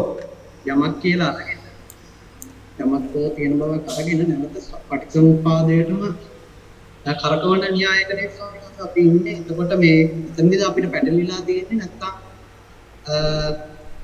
කොහොමද කියන්නේ? මොකද ස්වාමීන් වහන්සේ තව විදියකින් කිව්වොත් ප්‍රෝග්‍රෑම් එකක් නිසා නිකන් මම මේ වචන භාවිතයක් විතරයි ස්වාමීන් වහන්සේ ප්‍රෝග්‍රෑම් එකක් හින්දා අපිට යමක් හෝ යමෙක් නැත්නම් අපිට මේ විශ්ලේෂණය කිරීමේ හැකියාව නැත්නම් අපිට මොකක් හරි පැවැත්මක් කියන එකක් ඇති වෙලා දින ඒ පැවැත්මේ ඉඳගෙනම නේද අපි නැවත අර ප්‍රෝග්‍රෑම් එක ගැන හෝ පරිසම්පාදය ගැන හෝ කතා කරන්නේ. එතකොට එතනදී අපිට වැරදිලා කියන එකද ස්වාමීන් වහන්සේ. ඔව් ඒක මට අර යම් මට්ටමකට එඟ වෙන්න පුළුවන් තැනක් තියෙනවා. ඒක මම ඉතින් මම වචන ආපු හින්දා මම එහෙම කිව්වේ. අර මෙතන පරිසම්පන්න ස්වභාවයක් පවතිනවා කියලා අපි නිකමට ගත්තොත් ඒ ස්වභාවයත් අපි අරගෙන තමයි කතා කරන්නේ වගේ තැනකට වඩා මට එතනදී කියන්න ඕනේ දැන් මේ ධර්මතා එකිනෙකට වෙන් කරලා විභජනය කරලා බලන එක මාර්ම අවුල් සහගතයි. ඉතින් පටිසමුප්පාද ධර්මතාවයක් ක්‍රියාත්මක වෙනවා. ඒක අපි නොදන්න හින්දා තමයි ප්‍රශ්නේ. නැත්නම් මෙතන සත්පුද්ගල භාවයක් නැහෙනේ. ඒක නොදන්න කම නිසා තමයි අපිට ප්‍රශ්න වෙලා තියෙන්නේ. ඒ වගේ අර හැමතිස්සෙම අර මේකේ ප්‍රධාන සැකකාරය හැංගෙනවා. ඒකයි මේකේ ප්‍රශ්නේ. ඒ කියන්නේ මේක හරියට අර හොරාගේ අම්මගෙන් පේන අහනවා වගේ වැඩක්. හොරාගේ අම්මා හොරා ගැන කියන්නේ නැහැ. පැහැදිලිද? නැත්නම් මේ සාක්කි කූඩුවට කැඳවනවා මහ හොරාව. හරිද? සාක්කිකාර කූඩුව හොඳේ. චෝදිතයන්ගේ කූඩුවේ නෙමෙයි දැකින්නේ. ඇයි? මහ හොරා එකඟ වෙලා අනිත් හොරු ටික අල්ලලා දෙන්නම් කියලා. අලිබබා සහ හොරු 40 හිතන්නකෝ. හොරු 40 අල්ලලා දීලා තින්නේ කවුද? අලිබබා. අර හොරු 40 රජයට අල්ලලා දීලා මිනිස්සු නිදහස් වෙනවා. ඊට පස්සේ ආයි කල්ලියක් හදා ගන්නවා. පැහැදිලිද? ඒ සිද්ධිය තමයි මේකේ වෙන මෝඩකම.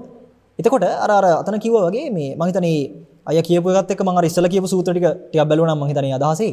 එනේ අපිට ඇත්තටම වෙලා තියෙන්නේ මේ අපි මොනවා හරි වචන අදහසක් කියනකොට ඒ අදහස අපි ගන්නවා අර කියන වගේ අර තේරෙන මට්ටමට. එනේ සරල කරන්න කියලා හුවක් වෙලාට කියන්නේ. එනේ උච්චර ගැඹුරින් මොකටද ගන්නෙ සරල කරන්න බැයිද කියලා පුළුවන්. සරල කරපු ගමන් ආයි කෙලින්ම Tamanට හොඳට තේරෙන්න ගන්න වැඩි. පැහැදිලි. ඒකේ තියෙන භයානකම තමයි අපි ඒකේ සෙටල් වෙනවා. ඔය කියන්නේ ලැබුම් ගන්නවා කියන එක, ලගිනවා කියන එක. චුල්ලාතිපද සූත්‍රය බලනවා නම් බුදුහාඳුර කියනවා මේ දන්න දකින්න කෙනෙක් ඇත් සලකුණ දැක්කා කියලා එතන නතර වෙන්නේ නැහැ මහන්නේ. කෙරවලට වෙනවා කියලා. අපිට වෙන්නේ බොහෝ දුරට අපි වෙන්නේ නතර වෙනවා. ඒකයි ප්‍රශ්නේ. අර සෙටල් වෙනවා කියන්නේ ඒක අපරාධය. ඉතින් අර ඒ කතාවට මම කියපු ඒ උත්ප්‍රේරකයත් එක්ක මම මෙතනට එකඟ වෙනවා. ඒ කියන්නේ අපි බොහෝ දුරට අපි ගන්න දේ අර නුවණින් අල්ලා ගැනීමට නැත්නම් නුවණ උපදවා ගැනීම කියන යෝනිසෝ මනසිකාරය පැත්තට දානවා අඩුයි ඇත්තට. ඒක මම කියන්නේ නැහැ කෙනෙක්ට බල කරන්න පුළුවන් කියන එක. හැබැයි මට එකක් කියන්න පුළුවන්. ඔය ප්‍රශ්නෙට ඉතාම සාධාරණයක් වෙන්න. Tamanට යම් තැනක තේරුනොත් එimhe Tamanට දැන් ඔක්කොම තේරුණා වගේ කියලා ඒ තරම් අගාධයක් නෑ තාම. පැහැදිලි. Tamanට තේරුන්නේ නැහැ කියන ඒ මිනිස්සුන්ට වඩා Tamanට තේරුණා කියලා Taman දරාගෙන වෙන දෙයක් හොයන්න නැතුව ඔහි ඉන්නේ. ඒක අපරාධයි. Tamanට තේරුණා නම් ඒත් කමක් නැහැ. තව හොයන්න. ඒ මම හැමදාම කියන උපමාව මම ගණිතය දන්නව නම් මම අලුතෙන් ගණන් පේපරයක් හදන්න බය වෙන්න ඕනේ නෑනේ. මම බය වෙන්න ඕනේ මොකටද? මම මගේ දැනුම සම්බන්ධව සැකයක් තියෙනවානේ.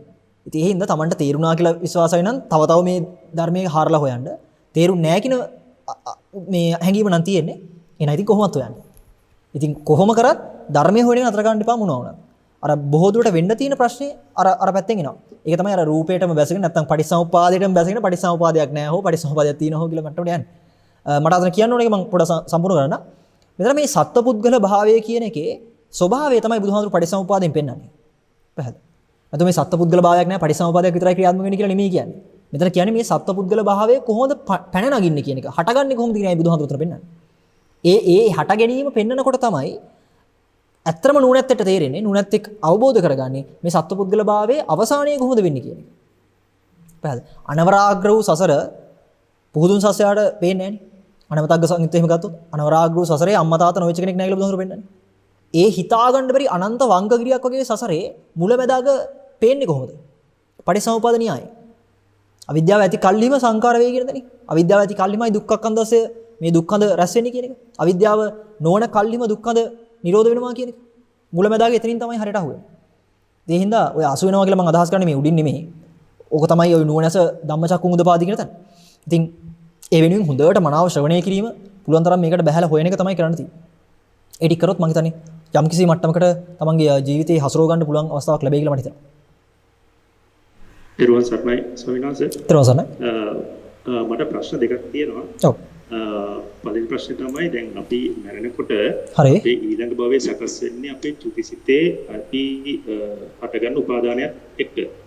හරි. ඒ කියන්නේ අපි දැන් මොකක් හරි දානයක් වගේ මතක් වෙලා එහෙම මොකක් හරි සිවුරක් හරි මොකක් හරි බුදුහාමුදුරගෙන මතක් වෙලා අපිට ඒ වගේ උපාදානයක් ඇති වුණොත් අපි සුගතිගාමි වෙනවා. එහෙම නැත්නම් අපි මොකක් හරි සල්ලි හරි එක්කෝ මොකක් හරි වාහනයක් යන වගේ මොකක් හරි නිකන් ලෞකික පොඩි මොකක් හරි දෙයක් ගැන මතක් වෙලා ඒකත් උපාදානයක් වුණොත් අපි දුගතිගාමි වෙනවා. මට දැනගන්න ඕනේ ඒක එහෙම වෙන්නේ කොහොමද කියලා. ඒ කියන්නේ දැන් මේ අවස්ථා දෙකේදීම වෙන්නේ උපාදානයක්. භවයේ හැදෙන එක හරියි. නමුත් ඒ භවයේ සකස් වෙන තැන් වෙනස් වෙන්නේ කෙසේද කියන ප්‍රශ්නේ තියෙනවා. ඔව් ඕකේදී මම ප්‍රශ්නෙට උත්තර දීලා මම ඊළඟට එන්න. ඔය මහා කම් විභංග සූත්‍රය බලන්න. ඕකේ පෙන්නනවා මේ කොහොමද ඔය පිනපවත් එක්ක ඒ නැවත ඒ උපදින ආකාරය බුදුහාමුදුරුවෝ වෙන් කරලා පෙන්නපු ලස්සන පැත්තක් තියෙනවා. මම ඒක ටිකක් සැකෙමින් කියන්න. මෙහෙමයි දැන් ඔය අය කිව්වා වගේ මේ බුදුහාමුදුරුවෝ ගැන මතක් වුණා කියලා අපිට එළියට පෙවුනට සල්ලි ගැන මතක් වුණා කියලා එළියට පෙවුනට හිතේ ඇති වෙන හැඟීම ගැන අපිට ගන්න බෑනේ නිශ්චිතයක්. මට එක තැනක මතකයි ඒ කවුරු හරි මිනිස්සෙක් යාගේ අත්දැකීමක් කියලා තිබ්බේ. ඒ මිනිස්සයා මේ මරණාසන්න වෙලා ඇඳේ වැතිරලා ඉන්නකොට ගෙදර මිනිස්සු කරලා තිබ්බේ බුදු පිළිමේ ඒ මිනිස්සයාට පේන විදිහට හදලා තිබ්බලු. ඒ මිනිස්සයා තාම ලොකු තරහකින් හිටියේ බුදු පිළිමේ දකින්නකොට. ඒ කියන්නේ ඒ මිනිස්සයාට මතක් වෙලා තිබිලා තියෙනවා කලින් යම් කිසි සිද්ධියක් නිසා බුදු පිළිමයක් පොළොවේ ගහපු එක. පැහැදිලි. ඒතර දැන් අපිට එහෙම කියන්න බෑ. බාහිරින් දකින දේ අනුව යාගේ හිතේ චින්තනය මොන වගේ මට්ටමක් එනවද කියන එක. පැහැදිලි. සමහරවිට සල්ලි දකින්නකොට කෙනෙක්ට මතක් වෙන්න පුළුවන් මොකද්ද? කාට හරි උදව්වක් කරපු එක. පැහැදිලි. ඒ හින්දා අපිට උඩින් බලන්න බෑ ওই සිද්ධිය අතරම. ඒකයි අර චින්තනය ගැන බුදුහාමුදුරුවෝ කියන්නේ. චේතනහම් භික්කවේ කම්මං වදාමි කියලා. පැහැදිලි. එතනින් බුදුහාමුදුරුවෝ පෙන්වන්නේ ඔය අපිට බාහිර භෞතිකයෙන් පේන එකට වඩා ගැඹුරට. දැන් සමහරවිට ඔය හොඳ උදාහරණයක් තමයි දැන් අපි සමහරවිට කොහේ හරි පන්සලකට හරි ආරාමයට හරි සෙරප්පු දාන් යනවනේ. සෙරප්පු දාන් ගියාම සමහර මිනිස්සු ඔය සෙරප්පු අරන් යනවා. ඉතින් හොරෙන් දාන් ගියා කියන්නේ. අපි රුවන්වැලි සයිඩ් ගිහලා මල්ටියා පූජා කරලා එනකොට සෙරප්පු දෙක තිබ්බේ නැත්නම් අපිට හුඟක් වෙලාවට මල් පූජා කරපු එකට වඩා හොඳට මතක ඉන්නේ සෙරප්පු දෙක නැති වුණා කියලා. හරිද? ඒතර රුවන්වැලි සයිඩ් මතක් කරනකොට මරක තමයි ඇමිල්ලා තියෙන්නේ. ඒතර උඩින් කොච්චර අපි හිතුවත් කොච්චර පිංසිතුල්ලද කියලා අර තියෙන මෝඩකම එනවා. ඒකයි මෙතන අර බුදුහාඳුරු මතක් කරලා තියෙන්නේ තමන් කරපු දේවල් මත ඊළඟ භවයේ තීරණය වෙන්නේ නැහැ. චින්තනය බලපාන්නේ මෙතන. තේරෙනවද? يعني කය වචනය කියන එකේ හැසිරවීම තමයි බාහිරට පේන්නේ. හැබැයි ඒක මෙහෙවන්න මනසේ තියෙන ස්වභාවය නැත්නම් ඒ හැඟීම කොහොමද කියන එක තමයි බලපාන්නේ. ඒත් මම අර කියපු එකට උත්තරේ මෙහෙමයි. ඕක බලන්න මට මතකයට පුන්නෝවාද සූත්‍රයද කොහෙද? කජ්ජනීය සූත්‍රය පුන්නෝවාද සූත්‍රය මේකදී.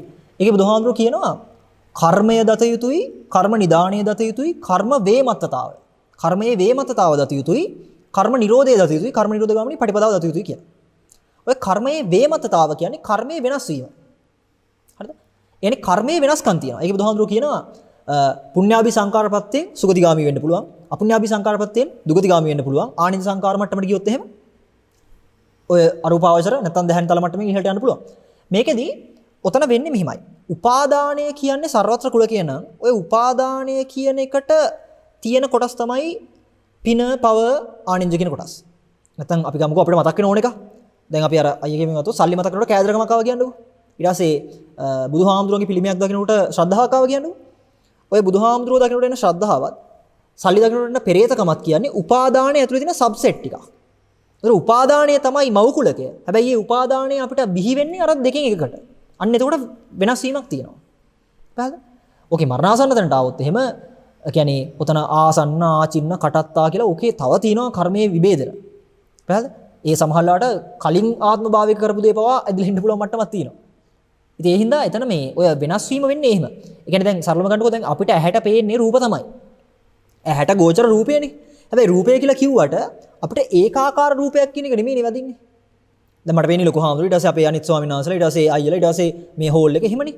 ඒතකොට එතන අර ලොකු හාමුදුරුවෝ පොඩි හාමුදුරුවෝ ශාලාව ඊට පස්සේ ලයිට් කණු කියලා ඔය තියෙන වේමත්තතාවය කොහොමත් අපිට එනවා. ඒක තමයි ලෝකයේ තියෙන වෙනස්කම. උපාදානය කියන තැනින් එනකොට අර රූපයම පිරිසිදු දැක්කා කියන නුවණ තියෙන්නේ. ඒතර තමයි උපාදාන නොවෙන්නේ. ඒ හින්දා තමයි සත්‍ය අවබෝධ කෙනෙක්ට ලොකු හාමුදුරුවන්ගේ උපාදානෙ වෙනම අයින් කරන්නවා. ඊට පස්සේ ශාලාවල තියෙන උපාදානෙ වෙනම අයින් කරනවත් එහෙම ඕනේ නැහැ. උපාදානෙන් පිරිසිදු කරලා තියෙන්නේ. ඒ කියන්නේ සර්වත්‍ර කුලකයෙන් පිරිසිදු කරලා තියෙන හින්දා සර්වත්‍ර කුලකයෙන් හිස් වෙන හින්දා ඒක ඇතුලේ තියෙන ඔක්කොම ටික උපකුලක ඔක්කොම ටිකක් ගෙවිලා යනවා.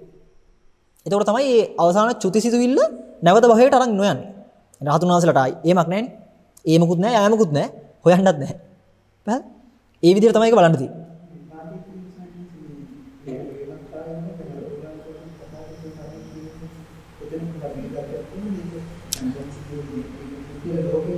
ඔව් අර මේ මහා පුන්නම සූත්‍රය වෙන්නනේ.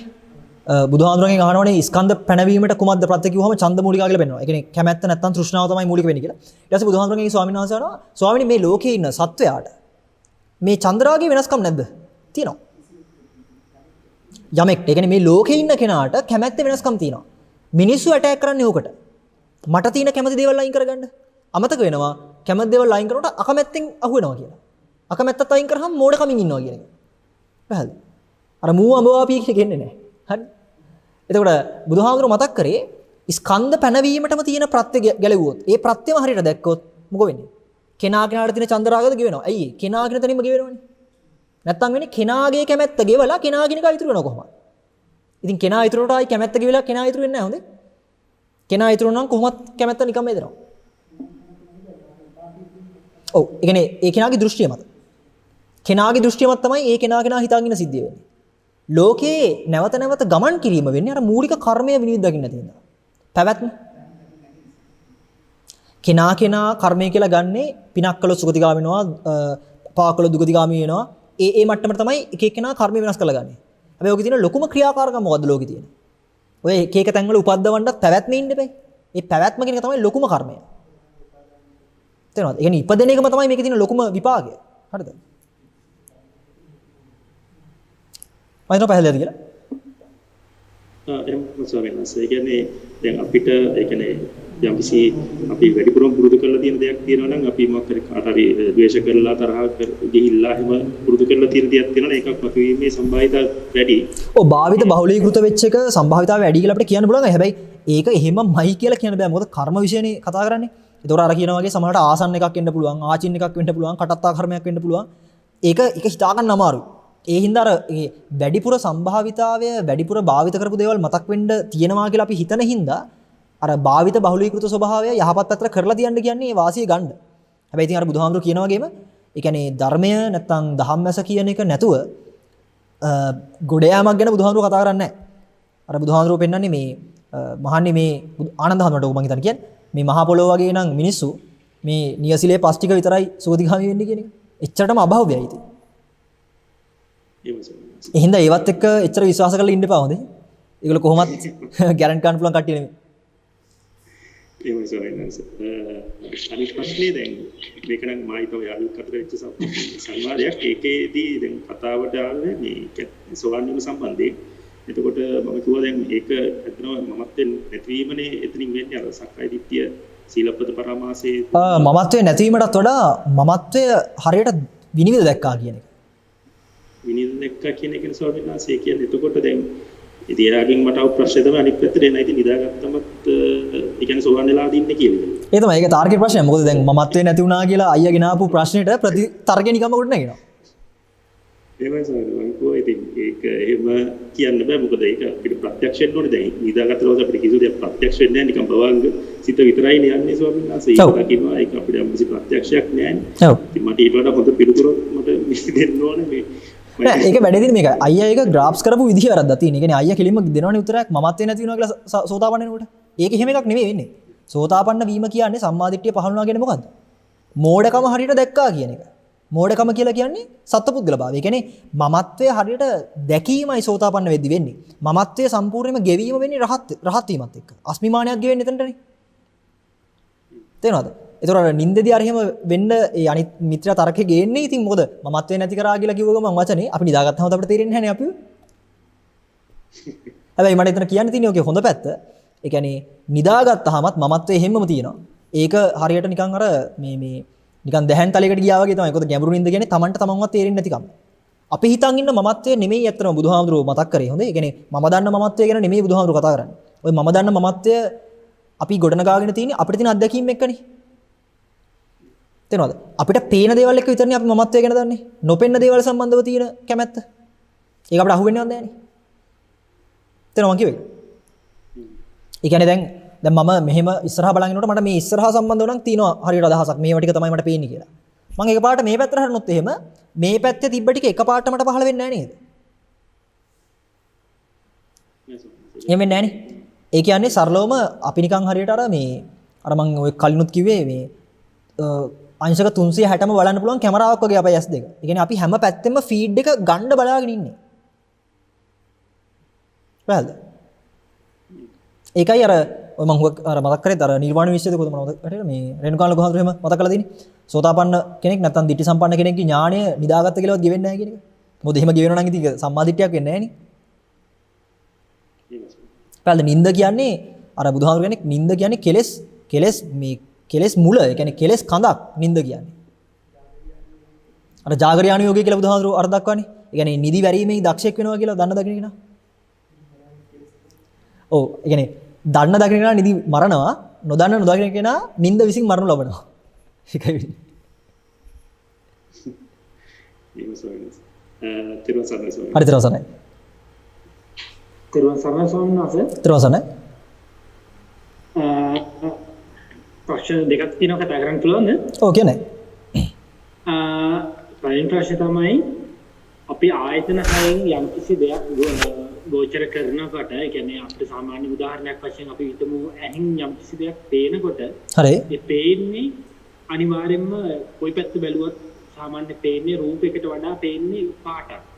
ඒ පාට දිගින් දිගටම මනසිකාරය කරනකොට යම්කිසි ප්‍රමාණයකට ගිහිල්ලා එතනින් එහාට නතර වෙනවා. ඒ කියන්නේ අපි උදාහරණයක් වශයෙන් අපි දකුණ බැලුවොත් වම් බැලුවොත් කොහේ බැලුවත් ගස් කොළන් දිහා බැලුවොත් ඒක අපිට හිතට එන්නේ ඒක ගහකට කලින් හිතනවට වඩා ඒ ගහ මොකක්ද කියනවට වඩා එන්නේ පාටක්.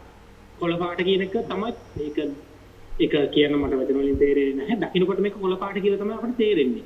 හරි. ඒක දිගින් දිගටම මානසිකාරය කරගෙන දිගටම යනකොට යම්කිසි තැනකට ගිහිල්ලා ඒක නතර වෙනවා. ටිකක් ගැඹුරු තැනකට ගිහිල්ලා ඒක නතර වෙනවා. එතනින් එහාට කොහොමද යන්නේ කියන එක ලොකු දලාදහසක් නැහැ. කොහොමද එතනින් එහාට පණින්නේ කියන එක. ඒක කොහොමද හරියට මානසිකාරය කළා ඒක එතනින් කොහොමද අයින් කරගන්නේ කියන එක. ඒ පාට කියන එක. පාට මොකද පාට හිතේ තියෙන නිසා කණෙන් ඇහුවත් ඒකයි ශබ්දය ඕන දෙකක් ඇහුවත් ඒක අපි හිතට එන්නේ ඒක කියන්නේ ශබ්දේ මොකක්ද කියලා කිව්වොත් ඒ උදාහරණයක් වශයෙන් ශබ්දයක් ගත්තොත් වාහනයක් ළඟින් ගියත් ඒක වාහනයක් නේද කියන එක හිතේට එනවා. ඒක ඒ කියන්නේ කරපසු නොවීම ඒක එනවා. ඒක කොහොමද ස්වයං වහස අපි එතකොට එතනදී ක්‍රියා කරන්න ඕන ස්වභාවය මම දැන් තේරෙන්නේ නැහැ කොහොමද ස්වභාවය කියන එක. මම ඒකට උත්තර දීලා අපි ළඟ ප්‍රශ්න ගමුනේ. දැන් ඒ අහපු ප්‍රශ්නේ ලස්සන පැත්තක් තියෙනවා. ඒ කියන්නේ දැන් අපි බහුතරයට ඕනේ ඒ ප්‍රශ්නයක් වෙනකොට ඒ ප්‍රශ්نين කොහොමද පලා යන්න. හරිද? මම ඒකට උදාහරණයක් කියන්නම්. මේ දැන් අපිට තරහාවක් ආපු ගම අපි තරහ කියන එක හරියට විනිවිද දකින්න උත්සාහයක නෙමෙයි ඉන්නේ. අපි කරන්නේ තරහ කියන එක අනිත් පැත්තට ප්‍රතිරෝධයක් දාලා නතර කරන එක. ඒක කරන්න ඕනේ. ඒක මම දෝෂයක් දකින්නේ නැහැ. හැබැයි ඒ කරන දේ තුල සෙටල් වෙන එකයි මෝඩකම. එනේ යන්තම් හරි මම කොහොමද තරහව නවත්ත ගන්න දන්නවා කියලා. ඒක වැරදි. ඒකත් තේරුම් ගන්න මනුෂ්‍ය ජීවිතය කියන්නේ කවදාවත් අඩු කිරීම සහ බෙදීම් වලට යෝග්‍ය තැනක් නෙමෙයි. මනුෂ්‍ය ජීවිතේ හැමතිස්සෙම වෙන්නේ එකතු කිරීම සහ වැඩි කිරීම. ඉතින් අපි හැමතිස්සෙම කරන්නේ ප්‍රශ්නයක් ආවම ඒක එක්ක අඩු කරලා දාන්න හදනවා නැත්නම් ඕක බෙදලා කොටස් වලට වෙන් කරන්න හදනවා. ඕක තමයි ඔය සාමාන්‍ය විද්‍යාඥයෝ පවා කරන දේ. ඒකෙන් ගැලවීමක් නැහැ. ඒකෙන් එන්න ප්‍රශ්නේ ಗುಣ වෙනවා. ප්‍රශ්නේ වැඩි වෙනවා.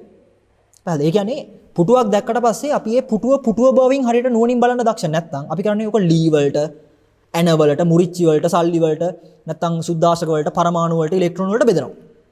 මුලින්ම ප්‍රශ්නේ ආවේ පුටුවෙන්. හරිද? දැන් ඕක බෙදුවට පස්සේ වැඩේ ගොඩ වෙනවා. හරිද? ඒක නෙමෙයි අතන බුදුහාමුදුරු පෙන්වන්නේ සතිපට්ඨානය කියලා. සතිපට්ඨාන පබ්බේ කියලා බලන්න මම කියන එක පිළිගන්න ඕනේ නැහැ. බුදුහාමුදුරු පෙන්වලා තියෙන්නේ මොකද්ද? සරාගං චිත්තං වා සරාගං චිත්තං වාති පජානාති. ඒ කියන්නේ සරාගී සිතක් සරාගී අරමුණක් එනවා නම් ඒක සරාගී අරමුණක් බව නුවණින් දකින්න කියන එක. ඒකෙදි කොහෙවත් බුදුහාමුදුරෝ කිසිම තැනකදී පෙන්වන්නේ නැහැ මේ තියෙන එක වෙන තැනකින් ආරෝපණය කරලා ගැලවෙන්න පුළුවන් කියන එක. ඒක සමතයක් විතරයි. ඒක යටපත් කිරීමක් විතරයි. ඒක අනිපතට උඩ එනවා. ඔය චූල ශුන්‍යත සූත්‍ර වගේ ගත්තොත් බුදුහාමුදුරෝ පෙන්නලා තිනවා කාමයේ තියෙන ප්‍රශ්නෙට කාමයේ තියෙන ප්‍රශ්නේ පොඩ්ඩක් නැති කරගන්න ආරණ්‍ය සංඥාව ගන්න කියලා. ඊට පස්සේ ආරණ්‍ය සංඥාව බර වෙන්න ගන්නවා. ඒකෙන් ගැලවෙන්න පළවෙනි දැහැන නැත්තම් ඔය පටවි ධාතුව ඒ වගේ ලස්සනට එක පෙන්නලා තියෙනවා. ඒ කරලා තින්නේ මේ මනස පොඩ්ඩක් සෙටල් කරලා දෙන්න. අපි ඒක ගත්තොත් එහෙම සාමාන්‍ය ජීවිතේ ඒක තමයි විමුක්තිය කියලා ඒක හරියන්නේ නැහැ. පැහැදිලිද? ඒ කියන්නේ මට උතන සරලම කියන්න තියෙන්නේ කවදාවත් හිතන්න එපා හිතට එන අරමුණක් හෝ ජීවිතේට එන කරදරයක් බෙදලා කඩලා අඩු කරලා නම් ගෙවන්න පුළුවන් කියන එක. ඒක ගෙවන්න බෑ. බෙදනවා කියන්නේම ಗುಣ වෙනවා. අඩු කරනවා කියන්නේම එකතු වෙනවා. ඉවරක් වෙන්නේ නැහැ. පැහැදිලිද? ඒ හින්දා අපි දක්ෂ වෙන්න ඕනේ එන ප්‍රශ්නේ එන විදිහට හරියට මුහුණ දෙන්න. පැහැදිලිද? කොහෙද යන්නේ කියලා අහුවාම මල්ලේ පොල් කියලා වැඩක් නැහැ. පැහැදිලිද? පැහැදිලිද මං කියන්නේ? ඒතන්ට අදාළ විදිහටයි නුවණ හැදෙන්නේ. ඒකයි මම එතන අදහස් කරේ මේ බරක් දාලම ඔය කරන වැඩේ සම්බන්ධ මට කිසි තර්කයක් නැහැ. ඒක හොඳයි. හැබැයි ඒක නෙමෙයි කෙලවර. ඔහොම බැලුවා කියලා හරියන්නේ නැහැ. මොකද අපි ඔය පාට කියලා මෙනෙහි කරලා ගන්නේ මම දන්න පාට ටිකනේ. නේ? වාහනයක් දැක්කම පාට කියලා ගන්නේ මම දන්න එකනේ. ඉතින් අන්තිමට වාහනේ දන්නෙත් මම. පාට දන්නෙත් මම. ඉතින් මොනවත් වෙලා නැහැ. අර ට්‍රෙඩ්මිල් එකේ එකතන දිව්වා වගේ වැඩක් තමයි. හැබැයි ඒක කරන්න. ඒක ප්‍රශ්නයක් නැහැ. මොකද ඒකෙන් ලොකුවට මනස සැහැල්ලු වෙන්න පුළුවන්. හැබැයි මේ සැහැල්ලුව ප්‍රයෝජනට ගන්න නැවත ධර්මයේ විමර්ශනය කරන්න. නැතු එතන ඉන්න එපා. ඒ කියන්නේ ඒක ඉතින් දිගින් දිගට මේක මානසිකාරය කරන්න පාටම තියෙනවා. පාට එක ගිලී යෑමක් නම් සිද්ධ වෙන්නේ නැහැ. නෑ සහ උතන මේ මනස සෑහෙන්න බර වෙන්න ගන්නවා. ඒ කියන්නේ දැන් අර වාහනෙන් ගැලුණා කියලා ගන්නවනේ. හැබැයි පාටත් එක්ක හිර වෙනවා. පාටත් එක්ක හිර වෙනවා. සහ ඒකේ තියෙන අවුල තමයි ඒක අස්වාභාවිකයි. මොකද ලෝකයේ ඇතුලේ සාමාන්‍යයෙන් අපිට පාට නෙමෙයිනේ පේන්නේ. තේරෙනවද? ඒතකොට අපි ඒක අස්වාභාවිකව හිතීමක් ඔය කරන්නේ. ඒතර සන්නනද පාටත් එක්ක පේනකොට යම් කිසි වස්තුවක් නම් ඒ වස්තුවත් එක්කම නේද ගෝචර වෙන්නේ. ඒ කියන්නේ අන්න ඒකයි මම ඒක තමයි කිව්වේ මුලින්ම. පුටුවක් දකින්නකොට පුටුව බවින් හරියට තේරුම් ගන්න. පුටුව පාටින් ගන්න එපා. ඒ කියන්නේ ප්‍රශ්නේ හැටියට ටැකල් කරගන්න. ප්‍රශ්නෙන් පිටපයින් එපා. පුටුව විශ්ලින් ගෝචර කරලා ගත්තාම වැඩේ ලේසි. නැත්තම් එහෙම වෙන්නේ අපි කඩලා බලනකොට තව අඩුම කුඩුම ගොඩක් එනවා බලන්න. ඔව් ඒක අනිවාර්යෙන්ම.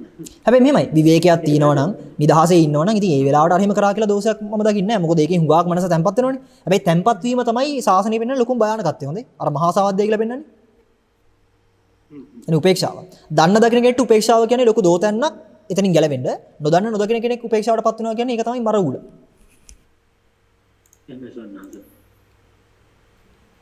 ස්වාමීන් වහන්සේ මේ පුළුවන් නම් කමටහනක් කියන්න දහම්මැස කරගන්න පොඩි කමටහනක් කියනවා පොඩ්ඩක්. එකම කමටහන තමයි හොඳට ධර්ම ශ්‍රවණය කරන්න. ධර්ම ශ්‍රවණය කරන්න පුළුවන් වෙන විදිහ වටපිටාවක් හදාගන්න.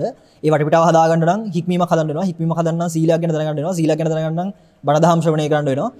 ඒ කාරණා ටික හරියට කළොත් දහම්මැස කියන එක ඒ කියන්නේ දහම්මැස ලැබෙයිද නැද්ද කියන එකට වඩා ඒ වෙනුවෙන් තමන් යම්කිසි දෙයක් කරනවා කියන දණ්ඩට එන්න පුළුවන්.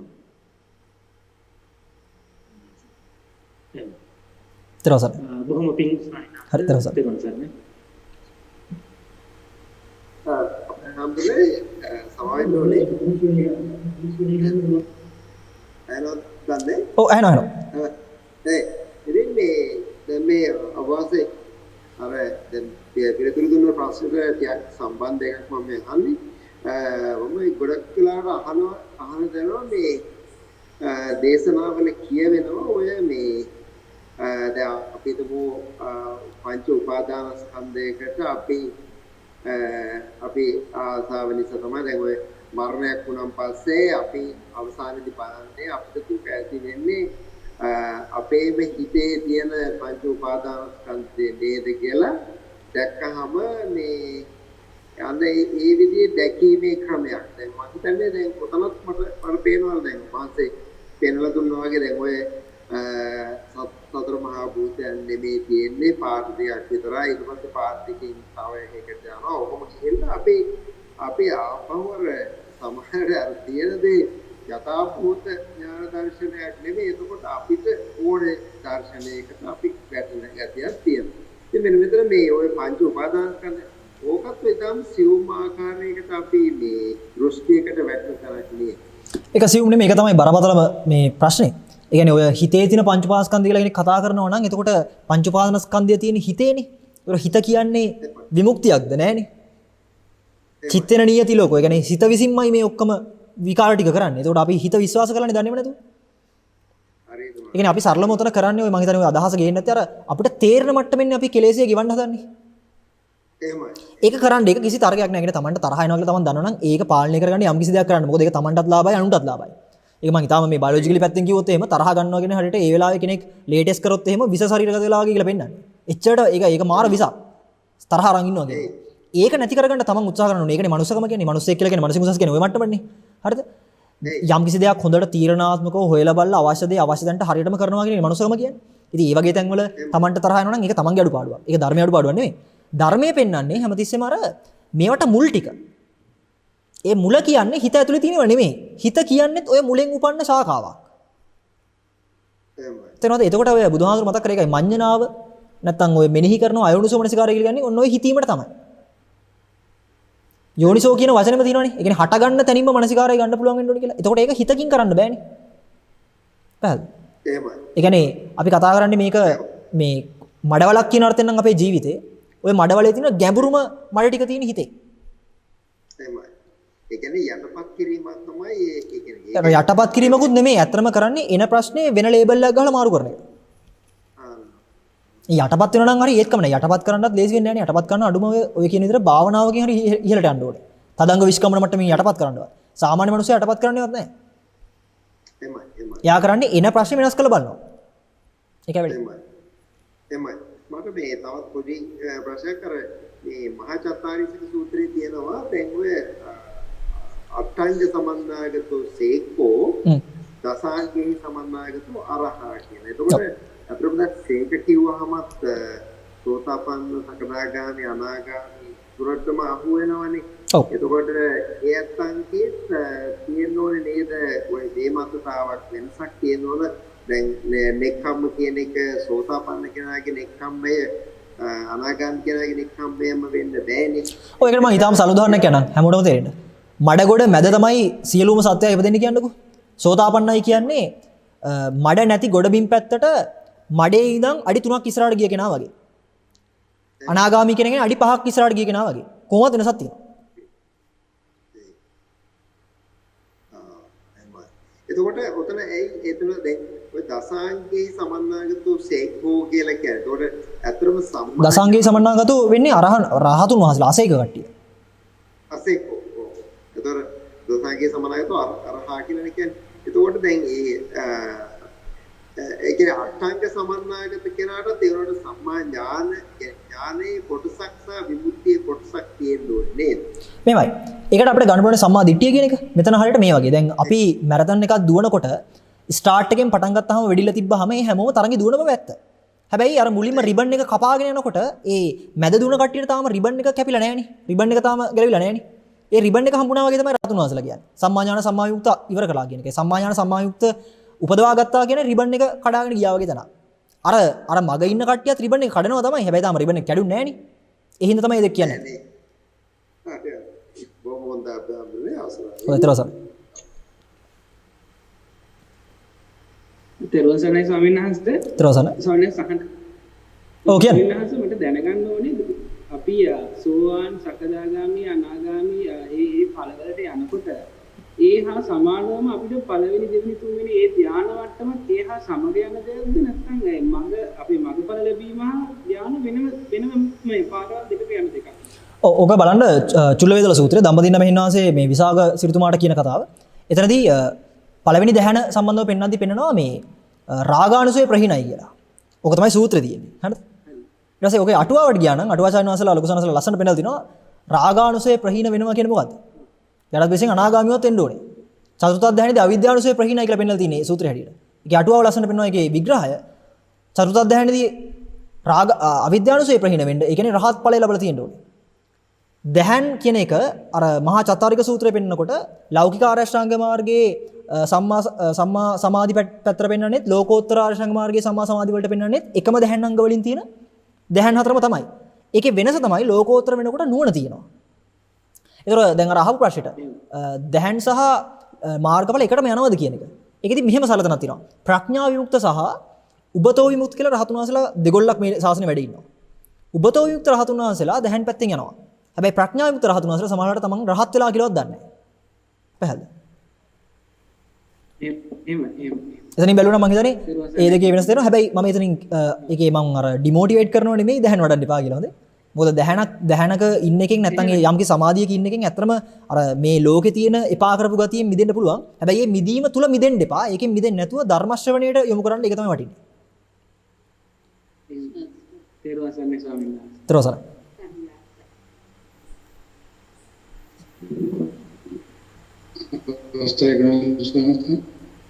තේරුවන් සරණයි. අවසරයි ගන්න සන්නස්. ඔව් කියන්න.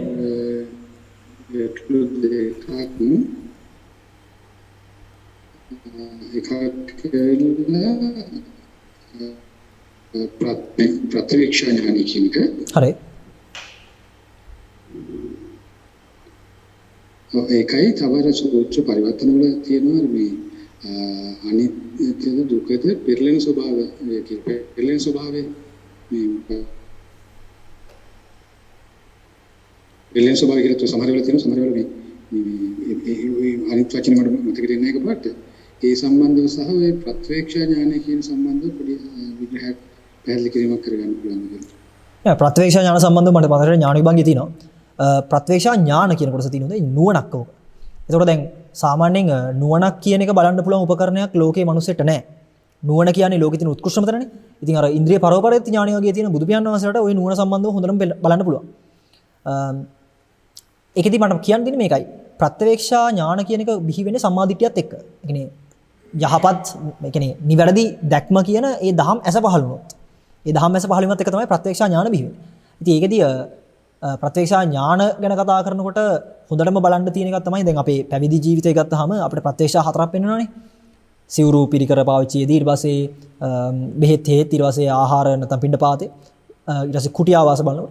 ඉතින් ඒවැ අර අපිට මේ පැවිද්දේ එන දවස් ඉඳන්ම අපිට ওই ප්‍රත්‍යක්ෂ කටපාඩම් කරවලා තිනවා. මොකද මේ ප්‍රත්‍යවේක්ෂාව කියනකොට පවා අපිට පොඩි නිමිත්තක් එනවා අපි ආවේ මොකටද කියන එක මේකට. තේරෙනවද? නේව දවාය නම දායන මණ්ඩලායන විභූෂණය කියදී. ඒ කියන්නේ මදේ පිණිස නෙමෙයි ක්‍රීඩාවට නෙමෙයි විනෝදයට නෙමෙයි සරස ගන්න නෙමෙයි මේ ආහාරය ගන්න කියද්දි අපිට එනවා අදහසක්. එහෙනම් මොකටද අපි ආවේ මේකට කියන්නේ? හරිද? අන්න ඒ ට්‍රිගර් එක පිණිස ප්‍රත්‍යවේක්ෂාව පරිහරණය කරනවා මම හිතන්නේ වටිනවා. ඒක නුවණක් ඇවිල්ලාද නැද්ද කියන එක හොයනට වඩා ඒ නුවණ ලැබීම පිණිසත් ලැබුණා නම් යම් කිසි නුවණක් ඒක පෘතුලභාවයට යම් පිණිසත් තමන් තුළ තියෙන ඒ ධර්ම මනසිකාරය කරගන්න ඒ තියෙන දහම් පද දහම් වැල් පාවිච්චි කරන වටි. ඒක තමයි මට එතන නම් දෙන්න තියෙන අදහස. මොකද නුවණක් මෙනෙහි කරලා ගන්න පුළුවන් මනසක් අපිට නැහැ. ඊට පස්සේ අර මට මං හිතන්නේ ඔය කියන්න උත්සාහ කරන්නේ නැත්නම් අර විපරිණාම ධම්මං කියන එකනේ. අනිච්චං දුක්ඛං විපරිණාම ධම්මං කියලා කියන්නේ පෙරලෙන සහ වැති කියලා. මේකෙදි මෙහෙමයි දැන් අනිච්ච දුක්ඛ අනත්ත අසුභ ඊට පස්සේ දස සංඥා ඔය පෙනෙන කය ධම්මං වය ධම්මං නිරෝධ ධම්මං කියලා ඔය ධර්මපරියායන් වල මෙන්න මෙහෙම අර්ථයක් තියෙනවා. මේ ශාසනය පෙන්න ලස්සන වචනයක් තියෙනවා යාතාව සරස ලක්ෂණය කියලා. ඒ තමයි යම්කිසි හැඟීමක තියෙන ඒ ස්වභාවය උලුප්පන්න වචනයක් හදනවා. කියන්නේ අම්මා කියද්දී ලාංකීය සමාජින් අපිට අම්මා කියද්දී නෝනේ හැඟීමක්. දෙමළ අපේ සහෝදරුන් ඇහුවොත් මා කියද්දී නෝනේ හැඟීමක්. ඊට පස්සේ අපේ කවුරු හරි ඉංග්‍රීසි කවුරු හරි අපේ සහෝදරයෙක් කියනවනම් මදර් මාම් කියද්දී නෝනේ අදහසක්. ඊට පස්සේ මේ අදහස කැටි කරලා තමයි අර අම්මා මාම් කියන ඒ වචනේ දෙන්නේ. ඒ වගේ ඔය චිත්තය ගැන නැත්නම් අපි හැමෝටම තේරෙන සිතුවිල්ල නැත්නම් සිත කියලා සිත ගැන ආකාර 10කට පෙන්නනවා සාසනය. චිත්ත මනෝ මානසං හදයන් පන්නනම් මනෝමනාතනම් මනෝ විඥාන ඊට පස්සේ තජ්ජා මනෝ විඥාන ධාතු ඔය විදිහට 10ක් පෙන්නනවා.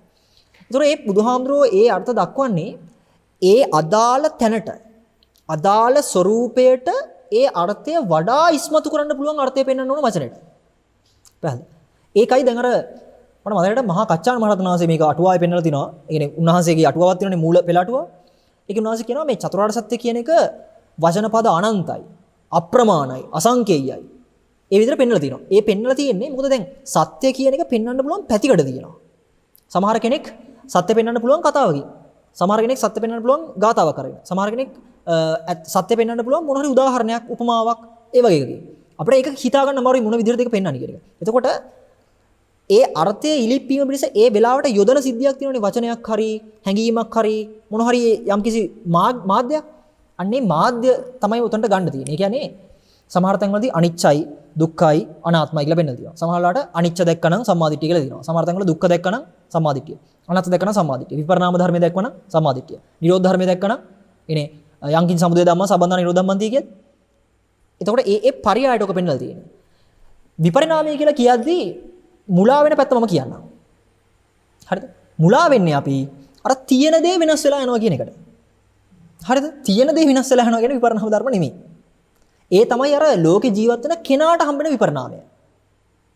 පැහැදිලිද? ඒක විපරිණාම නෙමෙයි බුදුහාමුදුරුවෝ පෙන්නපු.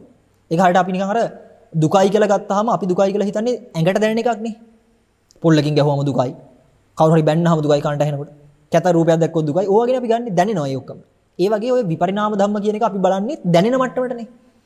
ඒතර දැනෙනවා කියන්නේ මොකද්ද? අවිපරිණාමී ධර්මද? මගින් පැහැදිලිද? දෙයක් වෙනස් වෙනවා කියලා බලන්න නම් ඒ බලන් ඉන්න කෙනා නිත්‍ය වෙන්න බෑ. මෙතන පෙන්නන්නේ ඒ කෙනා සම්බන්ධව අර්ථය.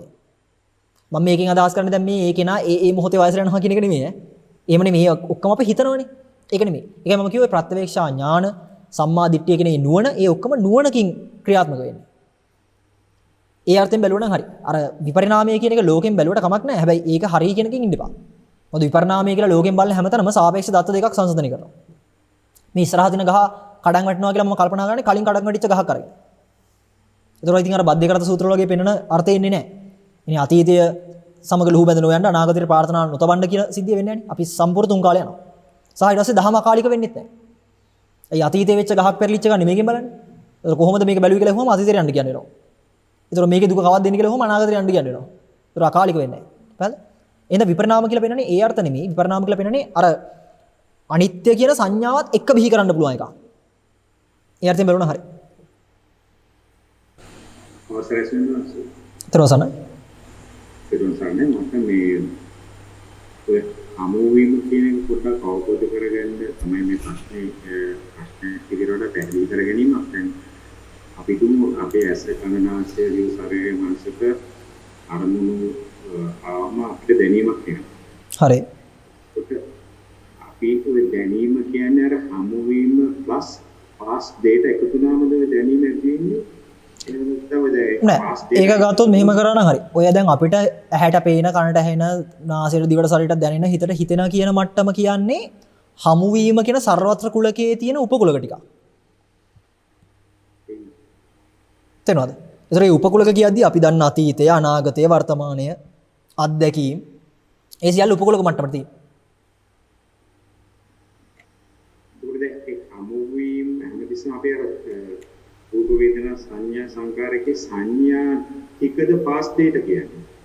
ඒ කියන්නේ අපි යම් කිසියක් හැමතිස්සම හමු වෙච්ච ගමන් අපි ගිල රිපකල්ලා ඇවිල්ලා තමයි මේක දැනීමක් කරගන්නේ. එහෙම දෙයක් ඔය හමු වීම කියන එක නෑ මම ඒක තමයි කිව්වේ. මෙතන ඔය කතා කරන සියලු ටික යන්නේ හමු වීම කියන සර්වත්‍ර කුලකයේ තියෙන උපකුලක වලට. එනේ අපිට තේරෙන ඇහෙන දැනන සමස්තයම යථාර්ථය නෙමෙයි අපි හදාගත්ත මනක්කල්පිත ලෝකේ කතාවක් ඔය යන්නේ.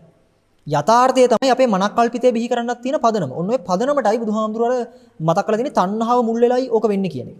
يعني කෙනාට තියෙන තණ්හාව නෙමෙයි හරිද? ඒ කියන්නේ තණ්හාව ප්‍රත්‍යෙන්මයි සත්වත්වය ඇති වෙන්නේ. ඒතර අපි ඔය කතා කරන ඔක්කොම තියෙන්නේ මට තියෙන තණ්හා කැලි ටික.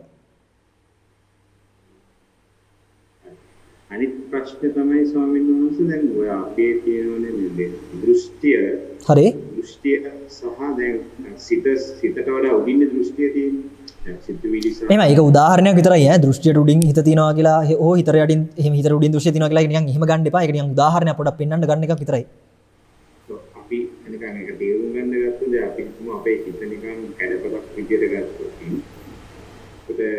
ඒ කැඩපතට හැමතිස්සෙම ප්‍රතිබිම්බයක් තියෙනවා ආලෝකයේ තියෙනවා. හරි. ඒ කියන්නේ ආලෝකය කියන්නේ සිහිය විදියට ගත්තොත් ප්‍රතිබිම්බ කියන්නේ සිතුවිලි. හරි.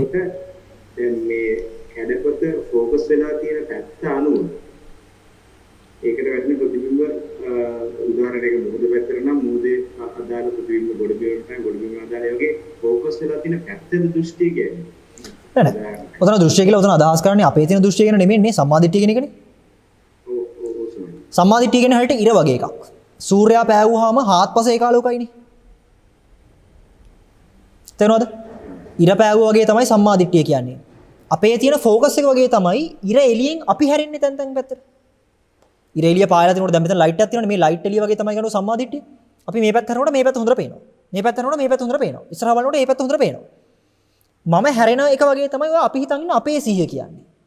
හැබැයි මේ සිහිය ඒකාලෝක කරන්නේ මේ පවතින ආලෝක තත්ත්ව නිසා. මේ ආලෝකය වගේ තමයි සම්මාදිට්ඨිය. මේක නියතයි ගැලවෙන්නෙම නැහැ. පැහැදිලිද? කොතනකවත් හෙල්ලෙන්නේ නැහැ සම්මාදිට්ඨිය આવොත්. අපේ ફોකස් එක වෙනස් වෙනවා. මෙතන වෙනස් වෙනවා. හැබැයි මේ ફોකස් එකට අහු වෙන සියල්ල හරියට ක්ලියර් පේනවා. පෘථග්ජනයි කියන්නේ මේ උඩ එළිය නැහැ. ලයිට් ඕෆ් වෙලා තියෙන්නේ. හැරුණා පේන්නේ නැහැ. ඉතින් එතකොට ගහන්න වෙනවා ටෝච්. තේනවා. එහෙමයි ඒක වෙන්නේ. තරවසන. තරවසන්නේ අපේ හාමුදුරනේ. තරවසන. අපේ හාමුදුරනේ මම ධර්මයේ ශ්‍රවණය කරනකොට අහලා තියෙනවා හිත කියන්නේ මායя කියලා. එතකොට හිත කියන්නේ මායя නම් අපි හිතින් හිතන හැම සිතුවිල්ලක්ම පාහේ. එතකොට සිතීමම නේද සත්වය. එහෙම නැත්නම් අවිද්‍යාව සත්වත්වය.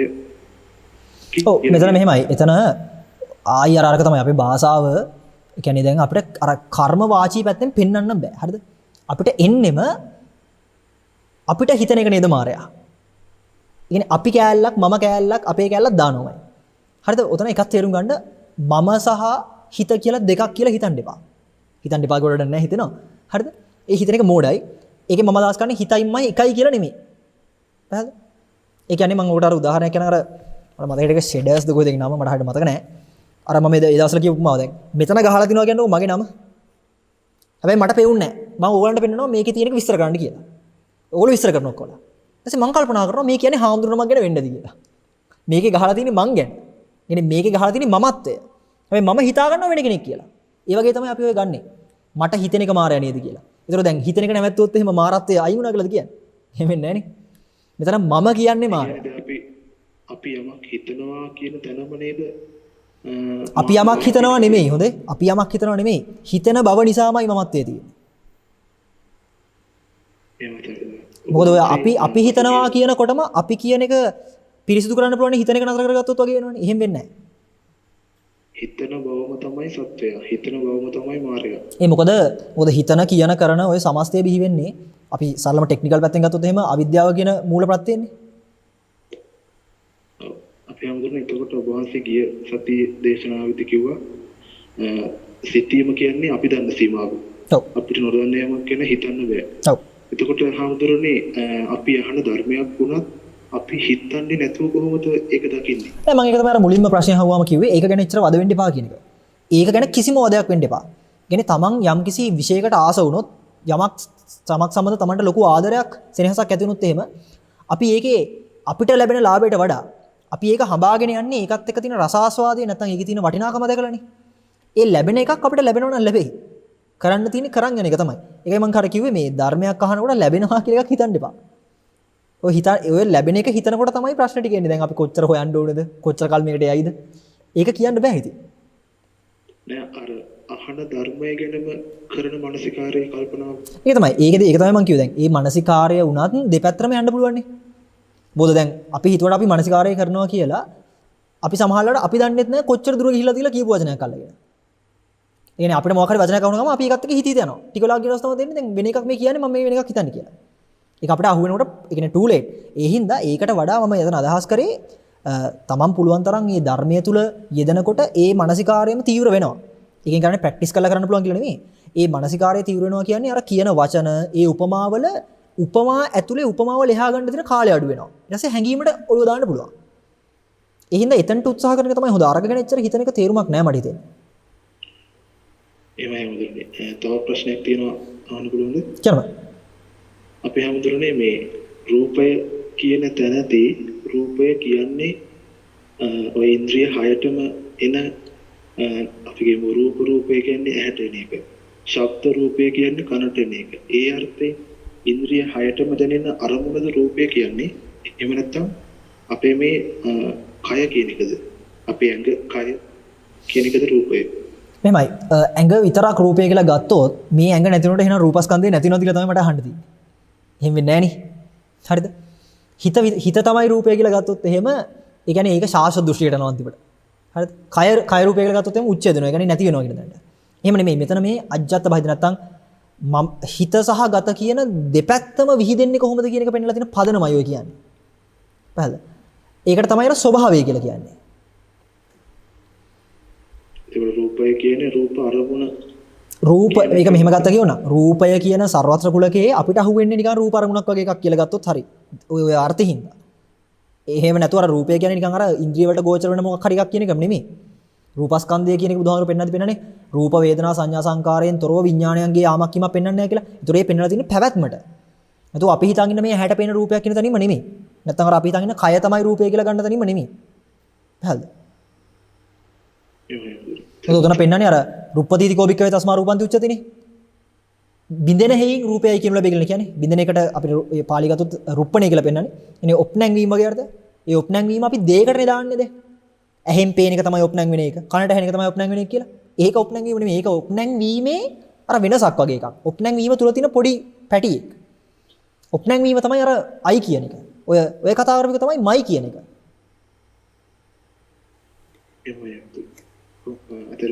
තරසන. අවසරයි ස්වාමීන් වහන්සේ නැවත ප්‍රශ්නයක් යොමු කරන්න පුළුවන්ද? කියන්න. ස්වාමීන් වහන්සේ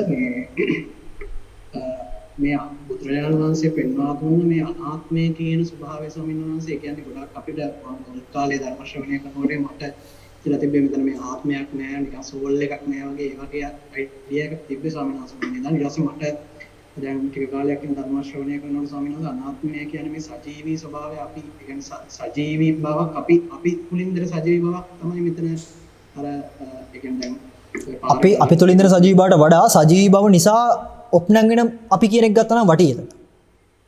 අන්නහරි එහෙමයි. එතකොට ස්වාමීන් වහන්සේ එතනදී මේ ඒක තවදුරටත් පොඩ්ඩක් විස්තර කර දෙන්න පුළුවන් දේ ආත්ම ස්වභාවය නැත්නම් ආත්ම සංඥාව කියන එක පොඩ්ඩක් පැහැදිලි කරගන්න.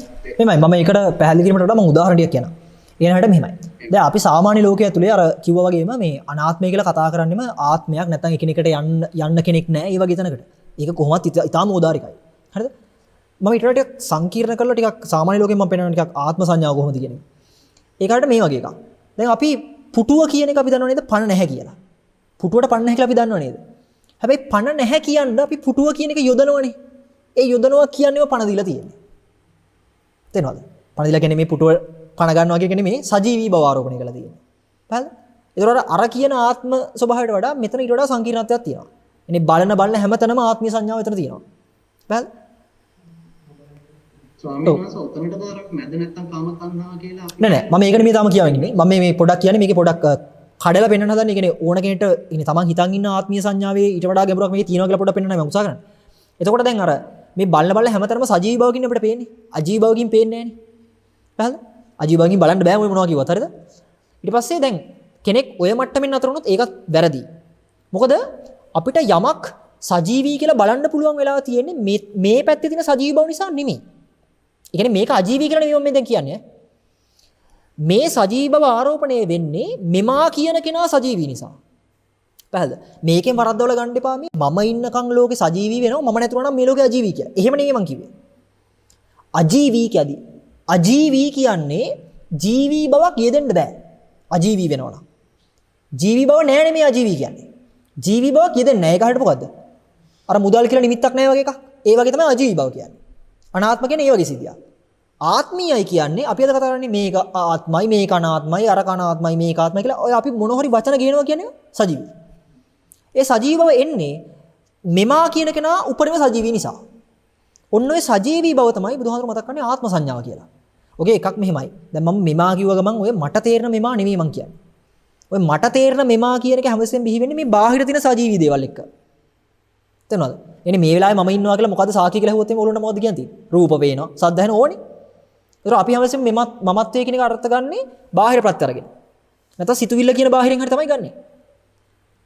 රූප, ශබ්ද, ගන්ධ, රස, ස්පර්ශ, අරමුණු කියන්නේ සමස්තය බාහිරයි. සලආයතන විභංග සූත්‍රය බලන්න. හරිද? අජ්ජත්ය කියලා පෙන්නන්නේ අසකන්නාසය දිව ශරීර මනස. ඔන්න ඔතනම ප්‍රත්‍ය මෝඩයි කියලා පෙන්නන්නේ. ඔතන යෙදීම මෝඩයි කියලා පෙන්නන්නේ. ඔන්න ඔය මෝඩකම හරියට දැක්කොත් තමයි ආත්මීය බව මෝඩයි කියන එකෙන් අහුවෙන්නේ. ඒ ආත්මීය බව මෝඩයි කියන එක වැටහීමත් එක්ක එයාපත් වෙන්නේ අනාත්මයට. එයාපත් වෙනවා කියලා මම මේ වචෙන්ට කියන්නේ. ඒ ආත්මීය ගතිය තමයි ගෙවිලා අනාත්ම ස්වභාවයට යන්නේ. අනාත්මයි කියන්නේ ආත්මේ නැති වුණා කියන එක නෙමෙයි. නැති වෙන්න තියෙන ආත්මත් ඇති වෙන්න තියෙන සියලු ආත්ම ගෙවිලා ගියා කියන එක. පැහැදිලිද? එන සජීවී බව ඉවර වුණා කියන එක. අජීවී වුණා කියන එක. පැහැදිලිද? ඒකෙදී අහන්න එපා දැන්. එනේ අජීවී වුණ කෙනාට මොකද වෙන්නේ කියන එක. ඒක අර වගේ තමයි. රහතුන් වහන්සේලා මිය ගියාට පස්සේ කොහෙද යන්නේ වගේ එකක්. ඒකට මම අර එදා කිව්ව උදාහරණය මම ආයිකෝ තර ඕනම පළතුරු වල කෑම වල තියෙනනේ ඒක ඇතුළෙම කුණු වෙලා යන ගුණයක්. ඒකම පස් වෙන ගුණයක් කවුරුත් එක්ක කරන්න ඕනේ නෑනේ. ස්වභාවිකත්වයක් තියෙනනේ. අන්නේ ස්වභාවිකත්වය නිසාම අර මේ අවසානයේදී මිය යනකොට ඒ මිය යන එක නැවත පුනරුත්පත්තියට යන්නේ නැහැ. පුනර්භවයට යන්නේ නැහැ. එතනම නිවෙනවා. අර පහනේ තිරෙයි වැටි තෙලුයි ඉවත් කරාම පහන් දැල්ල කොහෙටද ගියේ කියලා අහන්න බෑනේ. එතනම නිවුණා කියලා ගන්නට යන්නේ. එහෙම එක වෙන්නේ. එහෙමයි ස්වාමීන් වහන්සේ දෙවන සරණයි. එතනදී ස්වාමීන් වහන්සේ අර දැන් අද සාකච්ඡාවේදී වර්ණය ගැන විස්තර කරන්නේ කතා කරන්නේ. එතනදී ස්වාමීන් වහන්සේ බුදුරජාණන් වහන්සේ අර්ථ දැක්වූ වර්ණ ස්වභාවයත් අජීවී කියන අදහසින් එතන වර්ණය කිව්වේ ඒක විශ්ව වචනයක් නෙවෙයි. වර්ණයක් කියනවා කියන ගණයට නෙමෙයිද දැන් මේක. මොකද? ඒ කියන්නේ ස්වාමීන් වහන්සේ දැන් වර්ණය ගැන විස්තර පඨවි ආපෝ තේජෝ ආයෝ වගේ. අනේ ඒ බුදු පියාණන් වහන්සේ සම්පූර්ණයෙන්ම අර්ථ දක්වන්නේ මොකද්ද? මේ ලෝකේ යථාර්ථයනේ. එහෙම. ඒතකොට දැන් ලෝකේ යථාර්ථය හරියට අල්ලගන්න පුළුවන් වුණා කියන්නේ මොකද්ද? සසර අල්ලගන්න පුළුවන් වුණා කියන්නේ? නිවන දන්නවා කියන එකනේ. එහෙමයි. තේරෙනවද? ඒ කියන්නේ මේ හට ගැනීම අවබෝධ කර ගැනීම උදෙසා තමයි බුදුහාමුදුරු පරයය ඔක්කොම ටික පෙන්නලා දෙන්නේ. මොකද හට ගැනීම අවබෝධ වෙනවා කියන්නේම නිරෝධ ධම්මන්ති කියන තැනටපත් වෙන්න පුළුවන්. එහෙමයි ස්වාමීන් වහන්සේ. ඉන්නේ දුක හට ගන්නවා කියන තැනට දුන්න අර්ථකථන ටික ඔක්කොම තියෙනවා. හරි. හරි පැහැදිලි කරනවා සර්. ත්‍රෝසනයි. ස්වාමීන් වහන්සේ ත්‍රෝසනයි. තෙරුවන් සරණයි ස්වාමීන් වහන්සේ. ඔබ වහන්සේ දැන් මේ කියපු එකත් එක්ක මට ආපු කුතුහලයක් එක්ක මම මේ ප්‍රශ්න අහන්නේ. දැන් සත්‍යය නිට්ටයයි සුඛයි ආත්මයි කියලා ගත් එක බුදුරජාණන් වහන්සේ දේශනා කරන්නේ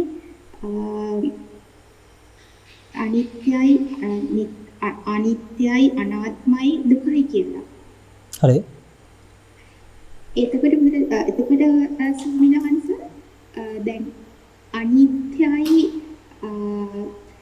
අනාත්මයි කියලා තේරුම් ගන්න කෙනාට ඒක දුකක් වෙන්නේ කොහොමද? ඒක සතුටක් නෙවෙයි. නෑ එතනින්ම ප්‍රශ්නේ අතික්‍රමණය කරනවා එක වැඩි. දැන් සත්වයාම සත්වත් වෙන්නේ නිත්‍ය සුඛාත්මී භාවයෙන් පරිහරණය කරනවා කියලා බුදුහාමුදුරුවෝ දැක්කේ. ඒතර සත්වත්වයමයි අනිත්‍ය දුක්ඛ අනාත්මට නෙමෙයි පෙන්වන්නේ. එතකොට ඒ අනිත්‍ය අනාත්ම තේරෙන කෙනා කියලා යෙදෙන්නේ නෑ. මොකද කෙනා කියන එකමයි අනිත්‍ය. ආත්මයි කියලා ගන්න කෙනාට සුඛයක් නෙමෙයි. නෑ නිත්‍යයි ආත්මයි කියලා කෙනෙක් ගන්නව නෙමෙයි. කෙනා කියන්නේ නිත්‍යයි ආත්මයි කියන එක. හරි. මගේ දෙවෙනි ප්‍රශ්නය ස්වාමීන් වහන්සේ දැන්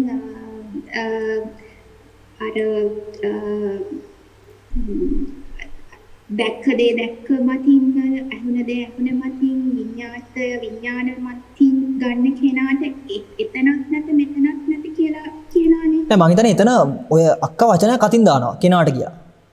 ඔය කෙනා කියන එක එනකොට අර මහා පුණ්‍යව සූත්‍රයේ හාමුදුරන්ට වෙච්ච සිද්ධිය වෙන්නේ. බුදුහාමුදුරුවෝ පෙන්නනවා මේ ස්කන්ධයන් මගේ ආත්ම කොට පරිහරණය කරන්න සුදුසු නෑ නේද කියලා. ඒතකොට අර හාමුදුරුවෝ හිතනවා ඒකත් හරිය දැන් අනාත්මයි නම් ඒතකොට කවුද කර්ම විඳිනු නැත්තේ මේකේ? ඇයි අනාත්මයි කියලා ගත්තේ කවුද? කෙනානේ. බුදුහාමුදුරුවෝ පෙන්වුවේ සත්වත්වයේ අනාත්මයි කියන එක. පැහැදිලිද? එනේ මේ ආත්මීය සංඥාව මෝඩයි කියන එක පෙන්වුවේ. හැබැයි අර හාමුදුරුවෝ තේරුම් ගත්තේ මේ ඒ හිතන් ඉන්න ආත්මය අනාත්මයි කියන එක. ඒතකොට තමයි අර අනාත්ම තැනක කොහොමද කර්ම විඳින්නේ වගේ තැනකට ඉන්නේ. ඒ මගේ ප්‍රශ්නේ ඉක්මවනවා කියලා තමයි. පංච උපාදානස්කන්ධය ඇතිවීමට හේතුකා ප්‍රත්‍යය මොකක්ද? හොත් චන්දරාගයනේ. හරි. එතකොට චන්දරාගය නිසා ඇතිවෙන පංච උපාදානස්කන්ධයේ අපි ඒ කියන්නේ මමත්වය දකින්න නැතුව මගේ කොටස් තමයි අපි දුකට ඒ කියන්නේ දුක සැප අදුක්කම සුඛ කියලා විඳින්න ඉන්නේ. ඔව්. ඒ කියන්නේ එතනක් සහ එතනක් නැත කියලා උන්වහන්සේ දේශනා කරන්නේ obviously අර මට ඇති වෙන මගේ දුක මගේ සතුට මට ඇති වෙන අදුක්කම සුඛ ගැන නෙමෙයිනේ. හරි. එතකොට එතනක් නැත කියලා උන්වහන්සේ දේශනා කරන්නේ අර පංච උපාදානස්කන්ධයට අර මුලින් ඒ කියන්නේ පංච උපාදානස්කන්ධයට හේතු ප්‍රත්‍ය වුණ චන්දරාගය නැති වෙනවට වඩා නිරෝධ වෙනවා කියන එක. කජ්ජනීය සූත්‍රයේ පෙන්නනවා සන්දූපේති කියලා වචනයක්. කියන්නේ රහතුන් වහන්සේලා නිවන්නේද නැත නොනිවන්නේද නැත කියලා. ඒ මොකද මඩ වවින් දැක්ක කෙනාට අපි ගමු සල් උදාහරණයක් හැමෝටම තේරෙන්නේ. ඒ කියන්නේ ඌරෙක් ඉපදෙනවා මඩේ. ඌර දන්නේ නැහැ මේක මඩ කියලා. තමන් ඌරෙක් කියලා දන්නෙත් නැහැනේ. යම් දවසක තමන් ඌරෙක් බවට ප්‍රත්‍යක්ෂ වෙනකොට එයාට තේරෙනවා පෙරවසු නෙමෙයි මේ ඉන්නේ මඩේ කියලා. ඒ අවබෝධයත් එක්ක මොකද වෙන්නේ? මඩෙන් ගොඩ එන්න මාර්ගය ඉපදෙනවා. මාර්ගය ඉපදුනා කියන්නේ මොකද්ද? එයා අන්තිමට ඒ මඩෙන් ගොඩ ඇවිල්ලා එයාට කියන්න පුළුවන්ද මම නම් දැන් මඩෙන් ගොඩ ආවා කියලා. සාමාන්‍ය ලෝකයා හිතනවා එහෙම කියනවා කියලා හොඳේ. එහෙම නෙමෙයි වෙන්නේ. මඩෙන් ගොඩ ආවා කියලා කියනවනම් තාම මඩත් එක්ක කතාව යන්නේ.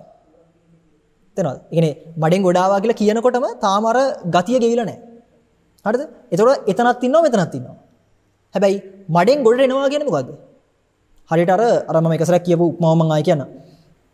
මාළුවා කියන නිර්වචනය වතුර නොයෙදෙන තැනක යොදන්න පුළුවන්ද? මේ උපමාවක් මම සම්පූර්ණයෙන් කියන්නේ මාළුවා කියන නිර්වචනය ගොඩබිමේ යොදන්න පුළුවන්ද? බෑනේ. මොකද මාළුවා කියන ප්‍රඥාප්තිය යෙදෙන්නේම වතුරත් එක්ක. හරිද? ඒතර මාළුවේ ගොඩබිමට ඇවිල්ලා කියන්න පුළුවන්ද මම වතුරේ ඉඳන් ආවේ කියලා? එහෙම කියන්න බෑ. මොකද එයා තාම කතා කරනවා නම් මාළුවා තාම ඉන්නේ වතුරේ. හරිද? හැබැයි ඔය ප්‍රත්‍යක්ෂ ඥානෙ නැත්තම් අවබෝධය නැත්තම් ඒ අවසාන කෙලවර කියන්නේ මොකද්ද? එතන මෙතන කොතනකවත් යෙදෙන්න බැරි දැන. ඒ කියන්නේ මොකද? තණ්හාව සම්පූර්ණයෙන්ම ගෙව්වා කියන තැන. ඉතින් ඒක සාධාරණයි රහතුන් වහන්සේලා කියන්නේ මොකද්ද? නැවත උපද්දවන්න බැරි වෙන්න කෙලෙස් ධර්ම සියල්ලෙන් සියල්ල නිවල දැම්මා කියන උත්තරමය උන්වහන්සේලා කොහොමද ස්කන්ධ නිවාගෙන ආයි නැවත ඉපදෙන්නේ. ඒ මට්ටමින් අර්ථ ගත්තා නම් ඒ කියන තැන එතනින් ගන්න පුළුවන්. තේරුම් ගන්න ස්වාමීන් වහන්සේ. තේරුම් ගන්නයි. මට ප්‍රශ්න දෙකක් තියෙනවා. එකක් තමයි වර්තමානයේ එක හාමුදුරුවෝ කියනවා ධාතු පූජා බුද්ධ පූජා කරන්න ඒවම පුත්තියන්න එපා. ඒවා වැඩක් නෑ මාර්ගය විතරක් වඩන්න කියලා. ඒ වගේම තව කියනවා ධර්ම ශ්‍රවණයෙන් මාර්ගය අවබෝධ කරගන්න පුළුවන් භාවනා වගේ දේවල් ඕනේ නැහැ කියලා. ඒ මගේ එක් ප්‍රශ්නයක්. අනිත් ප්‍රශ්නේ තමයි මට දැනගන්න පුළුවන් ඔබ වහන්සේ මහායාන බුද්ධ ධර්ම ඊළඟ මහායාන බෝධිසත්වරු ඒ ආශ්‍රයෙන් ඔබ වහන්සේ ධර්ම මතය මට පොඩ්ඩක් දැනගන්න පුළුවන්. කලින් ප්‍රශ්නේ මොකද්ද තියෙන මේ ගැටලුව? මහායාන නෑ ඊට කලින් කිව්වේ ඊට කලින් කිව්වේ ඊට වගේ ඒක ස්වාමීන් වහන්සේ දැන් ධාතු පූජා බුද්ධ පූජා ඕනේ නැහැ කියන එක හරිද?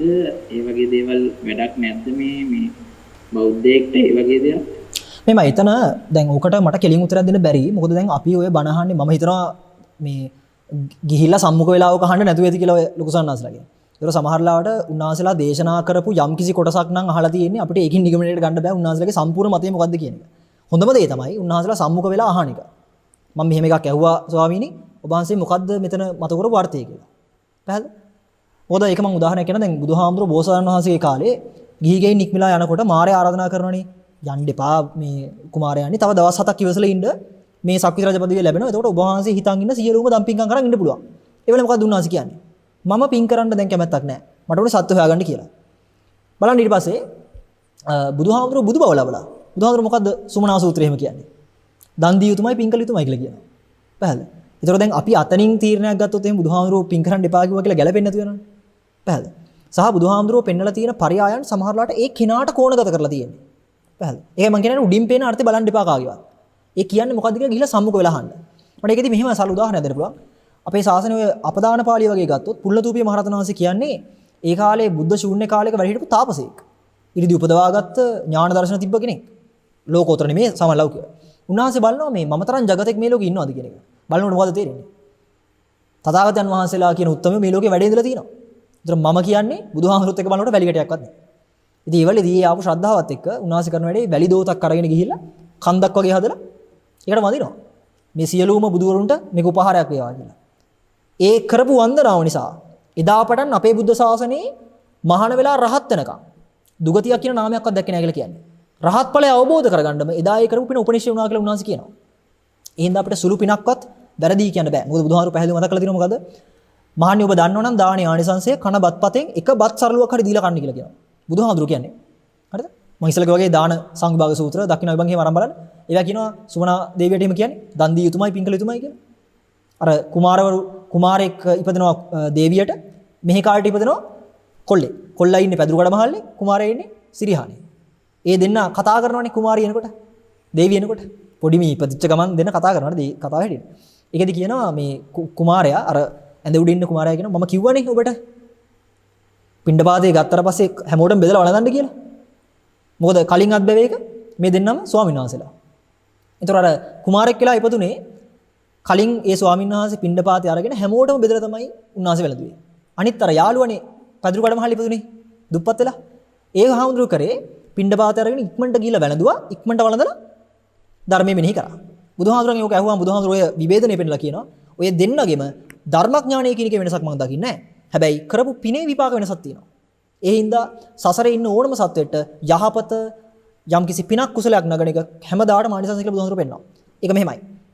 අද ලෝකේ ඉපදෙන ධනවත් බලවත් රූපවත් සියලු දෙනාම ඊටාම ලොකු පිනකින් තමයි ඉපදෙන්නේ. හැබැයි ඒ පිනත් එක්ක නුවණ මුසුන් නැත්තම් ප්‍රඥාව වේදුන් නැත්තම් ඒ පිනෙන්ම අපාගත වෙන්න පුළුවන්. ඒ හින්දා පින කියන එක නුවණත් එක්ක යොදන්න. ඒකයි හැමතිස්සම කියන්නේ කියද්දී පින කුසලයේ කරන ගමන් ධර්ම ශ්‍රවණය කරන්න හරියට කියලා. පැහැදිලි. නැත්තම් ඒක හරියට වඳුරට දැලිපිහ වුණා වගේ. දැලිපිහ ඊටාම වටිනා ආයුධයක් යමක් කපන්න. ඒ වගේම නොදන්න මෝඩයට බෙල්ල කපා ගන්න ආයුධයක්. පැහැදිලි. ඒ හින්දා පින කුසලයේ ගැන ඊටාම තීව්‍රව අර්ථය ධර්මය අවබෝධ වෙන්නේ ධර්ම ශ්‍රවණය. ඒ හින්දා සුළු හෝ කුසලයක් පිනක් කවුරු හරි කරනවා නම් ඒකට උපනිෂය දෙන්න, ඒකට ආවඩන්න කිසිම ප්‍රශ්නයක් වෙන්නේ නැහැ. හැබැයි හැමතිස්සම ධර්මයට යොමු කරන්න. ඔය දෙකම අර නිකන් මේ ඔරුවක තියෙන හබල් දෙක වගේ තමයි. මේ පැත්තේ හබල් නැතුණත් බෑ, මේ පැත්තේ හබල් නැතුණත් බෑ. කියන්නේ කුරුල්ලෙට්ට පියාඹන්න නම් තටු දෙකම එපේ. ආමිෂයත් ඕනේ ප්‍රතිපත්තියත් ඕනේ. සමහර පිරිස ආමිෂයට බරයි, ඒ හින්දා ඒ තට්ට බර වෙලා. සමහර කට්ටිය ප්‍රතිපත්තියට බරයි, ඒ හින්දා මේ පැත්ත බර වෙලා. හැබැයි ඔක බැලන්ස් කරගන්න ඔය දෙකේම සම්බරතාවයක් තියෙනවා. ඒ තමයි ඒක අදහස. සහර මහායාන සම්බන්ධව කතා කරපු මහායාන ඒ විශේෂපතේ ගත්තොත් එහෙම ඔය බෝධිසත්ව සංකල්පය කියන එකේ එක දීර්ඝ කතා වලුත් පැත්තක් තියෙනවා. නමුත් ඔය අහපු එක සමහරලාට දැන් ඔය මනුස්සකම වගේ තනක් කතා කරනවානේ අපි හැමතිස්සෙම. ඒ කියන්නේ පුළුවන් තරම් මනුස්සකම හදාගන්න කියන එක. බෝසතාණන් වහන්සේලාගේ තිබ්බ හොඳ ගුණයක් තමයි උන්වහන්සේලා කවදාවත් Tamanට ලැබෙන ලාභය ගැන බැලුවේ නැහැ. තේරෙනවද? සියලු දෙනාට යහපතක් වෙනවා නම් කියන ඒ අරමුණම හැමතිස්සෙම හිතේ තිබ්බා. අර ව්‍යාග්‍ර දේනුවගේ කුසගින නිවන් එහෙම අපේ බුදුහාමුදුරු පයින්. බෝසතාණන් වහන්සේ කාලේ. බල්ලෝ හිටියේ නැහනේ. ඉතින් සසජාතකේ හාව වෙලා පයින්නේ. ඉතින් උන් බැලුවාම බුදුහාමුදුරෝ බෝසතාණන් වහන්සේ පාරමිතා පිරුවා කියලා කරලා තියෙන්නේ මොකද්ද? තමන්ගේ උන්නතියක් බලාගෙන ලාභයක් කීර්තියක් ප්‍රශංසාවක් නමක් ගහයි කියලා නෙමෙයි. ඒ වෙලේ කරන්න ඕන හොඳම දේ උන්වහන්සේ කරලා තියෙනවා. ඉතින් මට එතන කියන්න තියෙන්නේ ඒක අද වැඩිපුර බැලුවොත් තියෙන්නේ මහායාන බුදු සාසනය වගේ තමයි. ඒක තමයි ඒකේ පදනම වගේ අද වෙලා තියෙන්නේ. හැබැයි මම කියන්නේ ඒ තියෙන මනුස්සකම කියන ගුණය අපිට අද දාගන්න පුළුවන් නම් අපේ මේ බුද්ධ සාසනය ඇතුළට මම හිතනවා අපේ මූලික ප්‍රතිපදාව ඊටාම සුමට වෙනවා කියලා. කියන්නේ අපිට නිහතමානී වෙන්න පුළුවන් නම් අපිට අනතිමානී ගුණය පුරුදු කරන්න පුළුවන් නම් අපිට හික්මීම හදන්න පුළුවන් නම් ඕන කෙනෙක් කියන දෙයක් හොඳට කන් ඉමු කරලා අහන්න පුළුවන් කමක් තියෙනවා නම් ඕන තැනක ගිහිල්ලා අපිට ඇත්ත මොකද්ද සත්‍ය මොකද්ද කියලා විමසන්න පුළුවන් හැකියාවක් අපේ මනස තුල තියෙනවා නම් අර අපේ තත්ත්වය අඩුවේ අපිට කවුරු හරි මොනවා හරි කියයි එහෙම නැතුව ඒ තත්ත්වය හදා ගන්නවා නම් ඒක තමයි මනුස්සකම. අන්න ඒ කොටස ඊටම වටිනවා. පැහැදිලි. ඉතින් ඒක ඇත්තටම මේ වෙන එකකින් ගන්න ඕනේ නෑ. බුදුහාමුදුරන්ගේ බුද්ධ දේශනාව සහ ඒ ස්වාමීන් වහන්සේලාගේ හැසිරීම රටා ගත්තාම ඕක නිකම්ම තියෙනවා. පැහැදිලි. ඔව් තරසන. හාමුදුරනේ මේ අස්කාන්තය කියන දේ ගැන මේ බුද්ධ දේශනාවේ මොන විදිහටද හඳුන්වන්නේ? ඔව් අර එක තැනක තියෙනවා මේ නිවන කියන්නේ මොන වගේද කියලා අහනකොට බුදුහාඳුරු කියනවා මේ උසත් නෑ දිගත් නෑ කළුත් නෑ සුදුත් නෑ ඒමක් නෑ යාමක් නෑ ඊමක් නෑ කියලා එහෙම පෙන්නනවා. ඊට පස්සේ ඔය මොග්ගරාජ සූත්‍රය වගේ ගත්තොත් එහෙම ශුන්‍යතෝ ලෝකේ අවෙක්කස්සු මොග්ගරාජ සදාසතෝ කියලා පෙන්නන තැන එන්නේ මේ ලෝකයේ ශුන්‍ය හේයින් බලව කියලා පෙන්නපු තැන තියෙනවා. අසංකතය කියන්නේ සරලවම සකස් නොවීමකට. සකස් නොවීම කියලා මම වචනේ කියනකොට සකස් වෙලා තියෙන්නේ. හරිද? එහෙනම් ඒක එහෙම හිතන්න එපා. ඒ කියන්නේ අතන කිසිම දෙයක් නැහැ කියද්දිම දෙයක් තියෙනවා. ඒ වගේ. ඒ වචනේ නෙමෙයි ඔගේ වටින්නේ. ඒ කියපු හැඟීම. අසංකතය කියන්නේ මේ ලෝකේ කිසිම වචනයකින් අර්ථයකින් රූපයකින් නිරූපණය කරගන්න බැරි දෙයක්. පැහැදිලි? මම මේ කියනකොටම නිරූපණයක් තියෙනවා. හොඳ ඒකට කරන්න දෙයක් නැහැ. සරලවම කියන්න තියෙන්නේ අපි දන්න සීමාව නෙමෙයි කියන එක. ඒකට තමයි අසංකතය කියලා කියන්නේ. මේ කියන්නේ මේ සිතින් සිතුවිල්ලකට මේ හරවපු ගමන් ඒක මේ අසංකතයෙන් එළියට ඇවිල්ලා වගේ තත්ත්වයක්. ඔව් එහෙම සිතුවිල්ලකට හරවන්න ඕනේ නැහැ. ජීවත් වෙනවා කියන්නේ සංකතේම තමයි. ඉතින් අපි තප්පරයකට වගේ අසංකත ඉඳලා එකපාරට සංකතට එනවා එහෙමව නැහැ. කෙලස් ගොඩේමයි කෙලස් ටිකමයි කෙලස් ගෙවිලා යන යම් දවසක් තියෙනවා නම් කෙලෙසේ නිර්වශේෂ ප්‍රහාණය ස්කන්ධයන්ගේ ප්‍රහාණය ඒ කියන්නේ සුද්ධ අසංකතය තමයි. අපි ආයි වෙලාව හම්බෙන දවසක තුරුසික සාකච්ඡා කරමු. ප්‍රශ්න දින කට්ටිය පොඩ්ඩක් දාලා තියන්න අපි ටික ගන්නම්. ඒවට පුළුවන් උපරිමයෙන් අපි උත්තර දෙන්න උත්සාහ කරන්න. මට අවසානයෙන් කියන්න තියෙන්නේ පුළුවන් තරම් මේ අහගන්න දැනගන්න මේ සාකච්ඡා වලින් ගොඩනගෙන මේ වචනවල ඒ තියෙන කතන්දරවල ඒ රස වලට අහු වෙන්න එපා. පුළුවන් තරම් මේකේ අර්ථය උල්ප ගන්න උත්සාහ කරන්න. සරලවම තමන්ගේ මනුස්සකම 1.1කින් හරි වැඩෙනවා නම් ඒක තමයි එකම අභිප්‍රාය. මොකද මනුස්සයාට තමයි ශාසනය තියෙන්නේ. තිරිසනුන්ට, පෙරේතයන්ට, භූතයන්ට, තිරිසන් අපායේ ඉන්න කට්ටියට ශාසනය අයිති නැහැ. ඉතින් මනුස්ස ඇඟක් තියාගෙන තිරිසන් හිතක් තියාගත්තොත්, මනුස්ස ඇඟක් තියාගෙන මේ පෙරේත හිතක් තියාගත්තොත් ඒක ගැලපෙන්නේ නැහැ. ඒ හින්දා පුළුවන් තරම් මනුස්ස ජීවිතයක් ලැබිලා තියෙන ඉතාම ලොකු පිනකට, ඉතාම දුර්ලභව ලැබෙන අනබිබවණීය අවස්ථාවක් මේදී. ඒ තියෙන මනුස්සකම උපරිමව ඒ හිත් තුළ පුරව ගන්න හැමෝම උත්සාහ ගන්න කියලා තමයි මතක් කරන්න තියෙන්නේ. ඒදී මම හමාර කරන්න මට මේ මෑතක දේවල් තිබ්බ අපේ සහෝදරු කීප දෙනෙක් හොඳ ලස්සන කතාවක්. ඒක කිව්වනම් වටී කියලා. මම ඒක කියනනම් හැමෝටම ඕක ෂෙයා වෙන හින්දා. මේක සිද්ධ වෙන්නේ ස්කොට්ලන්තේ මට මතකයි. එක්තරා දුප්පත් ගොවියෙක් හිටියා. මේ ගොවි මහත්තයා හැමදාම උදෑසනම ඉතින් ගොවිතැනට යනවා. එදා කොමරි ඔය කුඹුරේ ඉන්නකොට, ඔය ගොවිතැන් කර කර ඉන්නකොට යටි ගෙඩියෙන් කෑ ගන්න හඬක් ඇහුණා. ටක් ගාලා අර කර කර හිටපු වැඩේ ඔක්කොම අතහැරලා මේ ගොවි මහත්තයා දිව්වා කඩහඬේ පැත්තට. බැලින්නම් ලොකු මඩ වගුරක පොඩි දරුවෙක් ගිලිනවා. ඔන්න මෙන්න ගිලිනවා. මේ ගොවි මහත්තයා කරපු වැඩේ තමන්ගේ ජීවිතේත් පැත්තකින් තියලා අර දරුවව බේරලා ගත්තා. කොමරි මේ දරුවව සනීප කියන්නේ මේ දරුවව පිරිසිදු කරලා පුළුවන් තරම් යම්කිසි කරන්න ඕන යාවතේව ටික කරලා ගෙදරට පිටත් කරලා හැරියා. පහවදා අශ්වයෝ දාපු හොඳ වංශවත් කරත් එකකින් මහත්තුරු ගෙදරට එනවා. ප්‍රධාන මහත්මයා තමයි මේ වංශාධිපති. මේ වංශාධිපති මහත්මයා ඇවිල්ලා අර දුප්පත් ගොවියට ඉතාම ආදරයෙන් කතා කරලා ඉතාම ලොකු ස්තුතියක් කළා. තමන්ගේ දරුවෝ බේරගත්තට. ඊට පස්සේ මම මුදලක් දෙන්නම් මේ කරපු දෙයට කියලා. ගොවි මහත්තයා කිව්වා මම මුදලක් බලාගෙන නෙමෙයි මහත්තයෝ මේක කරේ. මටත් ඔය වගේම දරුවෙක් ඉන්නවා කියලා. තාත්තා මේ කතා කරනකොට අර ගේ ඇතුලේ හිටපු පොඩි දරුවා ආවා. කාත් එක්කද මේ කතා කරන්නේ කියලා බලන්න. අර වංශාධිපතිතුමා දැක්කා පොඩි දරුවා ඉන්නවා. දොරෙන් එළියට ඔලුව දාගෙන. ඊට පස්සේ මේ වංශාධිපතිතුමා තේරුම් ගත්තා මගේ දරුවාගේ වයසමයි වගේ. ඊට පස්සේ මේ මැතිතුමා ගොවියට යෝජනාවක් කරා මහත්මයා මම ඔබතුමා මුදල් ගන්න නැත්තම් මට මේ උදව්ව කරන්න ඉඩ දෙන්න. ඒ තමයි ඔබේ දරුවව මම ඉහළ අධ්‍යාපනයට යොමු කරන්නම් මගේ වියදමින්. ඒකට මට ඉඩ දෙන්න කියලා කිව්වා. ගොවි මහත්තයා කිව්වා හොඳමයි කියලා. ඊට පස්සේ මේ මැතිතුමා තමන්ගේ සම්පූර්ණ මුදල් වියදම් කරලා මේ දරුවව දානවා ලන්ඩනයේ තිබ්බ වෛද්‍ය විද්‍යාලයකට. අවුරුදු ගත වෙනවා. අවුරුදු කිහිපයක් ගත වෙනවා. මේ චූටි දරුවා තරුණයෙක් වෙනවා. මේ තරුණ දරුවා වෛද්‍ය උපාධිය ගන්නවා. වෛද්‍ය උපාධිය අරගෙන වෛද්‍යවරයෙක් විදිහට සමත් වෙනවා. මෙතුමා තමයි මේ ලෝකේ පළවෙනියටම ප්‍රතිජීවක ඖෂධ නිපදවපු ඇලෙක්සැන්ඩර් ෆ්ලෙමිං. තාම අනිබවණීය නිර්මාණයක් කරපු උත්තමෙක්. මේ ලෝකේ ඉන්න සාමාන්‍ය සත්වයෝ දහස් ගාණක් ජීවිතේ බේරගෙන තියෙන ඔය ප්‍රතිජීවක හැදුව හින්දා. ඔය ප්‍රතිජීවකය තමයි පෙන්සිලින් කියන්නේ. කාලයකට පස්සේ තමන්ගේ දරුවා ඉන්නවනේ මං කියවර මෙතුමාට දරුවෙක් හිටිය කියලා. ඒ දරුවාත් ඉතින් මේ සමකාලීනව උස්මහත් වෙනවනේ. මේ දරුවාට හැදෙනවා නියුමෝනියාව. මේ නියුමෝනියාවෙන් මරණාසන්න වෙනවා. මේ දරුවව බේරගන්නෙත් අර ෆ්ලෙමිං හදපු පෙනිසිලින් ඖෂධය. ඒකේ වටිනම කාරණාව මේ වංශාධිපතිතුමාගේ වාසකම තමයි චර්චිල් කියන්නේ. හරිද? ඒ වංශාධිපතිතුමාට වඩා ලෝකයා දැනගත්තේ මේ මැතිතුමාගේ පුතා වැත්තරම. ඒ පුතා තමයි දෙවන ලෝක යුද්ධයේදී බ්‍රිතාන්‍යයේ අග්‍රාමාත්‍ය වශයෙන් වැඩ කරපු වින්ස්ටන් චර්චිල් අගමැතිතුමා තමයි ওই දරුවා. හරිද? මේකේ ලස්සනම කාරණාව මේකයි. එදා ගොවි මහත්තයා ඒ දරුවව බේරගත් එකේ වටිනාකම දැකපු මැතිතුමා, ඒ වංශාධිපතිතුමා දරුවට කරන උපකාරයක් විදිහට ෆ්ලෙමින්ව ගෙනාවා වෛද්‍ය විද්‍යාලයට. ඒ වෛද්‍ය විද්‍යාලයේ උසස්ම වෛද්‍ය උපාධියෙන් පිදුම් ලැබු මේ දරුවා ලෝකෙටම අනිබවණීය නිෂ්පාදනයක් වන පෙනිසිලින් නිපදවුවා. ඒ පෙනිසිලින් වලින්ම තමයි අර දරුවව බේරුනේ චර්චිල් දරුවව. ඒ චර්චිල් මැතිතුමා තමයි දෙවනි ලෝක යුද්ධයේදී මිත්‍ර පාර්ශ්ව හමුදාව මෙහෙवला මුළු ලෝකෙම සමූල ඝාතනයක් වෙන්න තිබෙකින් බේරුවේ. පැහැදිලි. ඒකේ වටිනම කතාව මේකයි. එදා අර ගොවි මහත්මයා, ඒ ගොවි තාත්තා කිසිම උදව්වක් බලා ගන්න නැතුව, කිසිම තම දොයිතුවකටවත් කෑදරකමක් නැතුව, කවුද කින්දවන්ද කියලා හොයන්නවත් නැතුව, තමන්ගේ ජීවිතේ පරදුරට තියලා ඒ බේරගත්ත සුළු දේ නිසා අද වෙනකොට ලෝක ඉතිහාසයේ මේ වගේ ලියලා තියෙනවා. එදා බැරි වෙලාවත් අර දරුවව බේරගත්තේ නැත්තම් ගොවි මහත්තයා. වින්ස්ටන් චර්චිල් කියලා අග්‍රාමාත්‍යයෙක් ලෝකේ පහළ වෙන්නේ නැහැ. එහෙනම් අද වෙනකොට සමහරට මේක සෝහන් බිමක් වෙන්නත් ඉඩ තිබ්බා. ඒ බේරගත්ත නිසා අර වංශාධිපතිතුමා අර ෆ්ලෙමින්ට උපාධියක් නොදෙන්න අද වෙනකොට පෙනිසිලින් කියන ඖෂධය ලෝකේ නැහැ. කෝටි ගණනක් මැරෙන්න තිබ්බා ඔය ප්‍රතිජීවක නැතුව. ඒකයි අපි කරන සුළු දේ අපි දන්නේ නැහැ අපිටම කරකිලා එනවා. ඉඳ කරන ඕන දෙයක් හදවතින් කරන්න, අවංකව කරන්න.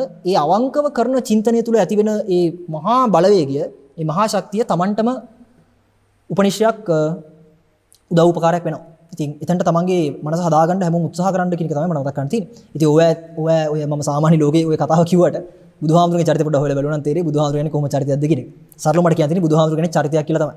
ඒක හොයලා බලන්න එච්චර වටිනවා. හරි. ඒ සියලුම කරුණු කාරණා හැමෝටම අවබෝධ වේවා කියන අර්ථයෙන් අපි කතා බහ කරපු සියලුම ධර්ම පරයයන්, ඒ වගේම අපි විමර්ශනය කරපු, ඒ වගේම සාකච්ඡාවට බඳුන් කරපු, ඒ වගේම සියලු දෙනාගේ අදහස් මැද්දේ අපි ගොඩ ගන්න උත්සාහ කරපු ඒ ධර්මකාමී පදනම සියලු දෙනාටම උපනිෂයක් බවට පත් වෙලා මේ ලෝකයේ තියෙන උත්කෘෂ්ඨම පරම ප්‍රතිලාභය වෙන සියලු දුකින් නිදහස් වීම නැත්නම් ධම්මස පහල කර ගැනීමට සියලු දෙනාටම මේ අවශ්‍ය වපසරිය සැකසේවා කියන අර්ථයෙන් අපි සියලු දෙනාටම පුණ්‍යානුමෝදනා කරනවා. විශේෂයෙන්ම විහාර ආරාම වාසී ලොකු ස්වාමීන් වහන්සේලා ප්‍රමුඛ මහා සංඝරත්නය, අපි පැවිද්දට යොමු කරපු සියලුම මහා සංඝරත්නය, සියලුම දායකකාරකාදීන් ප්‍රදාන මේවට සහසම්බන්ධ වෙච්ච උදව් උපකාර කරපු සියලුම සහෝදර සහෝදරයන් ඊටාම කල්යාණ මිත්‍රත්වයෙන් පුණ්‍යානුමෝදනා පූර්වකව සිහිපත් කරනවා. ඒ සියලු දෙනාටමත් රට ලෝක වාසී සියලු දෙනාටමත් ඒ වගේම මේ සමස්ත විශ්වය නැත්නම් සමස්ත ලෝකයේ මුහුණ දෙලා ඉන්න මේ ව්‍යසනකාරී වටපිටාව ඊටාම ඉක්මනට දුරින් දුරලා යාවා. ඒ වගේම සියලු දෙනාට අභිවෘද්ධියක් ලැබේවා. සියලු දෙනාගේම සිතේ ඇති ඒ බය බිරාන්ත ගති ගසා දූරින් පුත වෙත්වා. සියලු දෙනාටම ධම්මස පහළ වීම පිණිස කල්යාණ මිත්‍රන්ගේ ආශය ලැබෙත්වා. දහම් ශ්‍රවණයට සියලු දෙනාගේම කන් යොමු වෙත්වා. මනුස්සකම සියලු දෙනාගේම මනසවල් වල වැඩේවා. සියලු දෙනාටම මේ ජීවිතය තුළදීම අජරාමර සංඛ්‍යාත නිවනින් නිවීමට මේ සමස්ත පුණ්‍ය කුසල ආශිර්වාදය ඒකාන්ත පාරමිතා බලයක් වෙත්වා කියලා සියලු දෙනාටම පින් අනුමෝදන් කරනවා. සෑම දිනම සාදු කියලා පින් අනුමෝදන් වෙන්න. හොඳයි අපි ආයි දවසක සාකච්ඡාවකින් හමු වෙන බලාපොරොත්තු වෙන අද කොටස අපි හමාර කරන්න හැමෝටම තෙරුවන් සරණයි. දස බල සේලප්පගවා නිබ්බාන මහා සමුද්ද පරියන්ත අට්ටංග මග්ග සලිලා ජින වචන නදී චිරං වහතු. දස බලධාරී තථාගතයන් වහන්සේ නම් ශෛලමය පර්වතයෙන් පැන නැගීයා නිර්වාණය නම් වූ මහා සමුද්‍රයේම කොට ඇති ආර්ය අෂ්ටාංගික මාර්ගය නම් වූ ශ්‍රී මුක බුද්ධ වචන ගංගා සකල ලෝකවාසී සියලුම සත්වයන්ගේ මහා දුක් කඳ නිවාලමින් බොහෝ කාලයක් සුවසේ කලාපසිනා සේක්වා.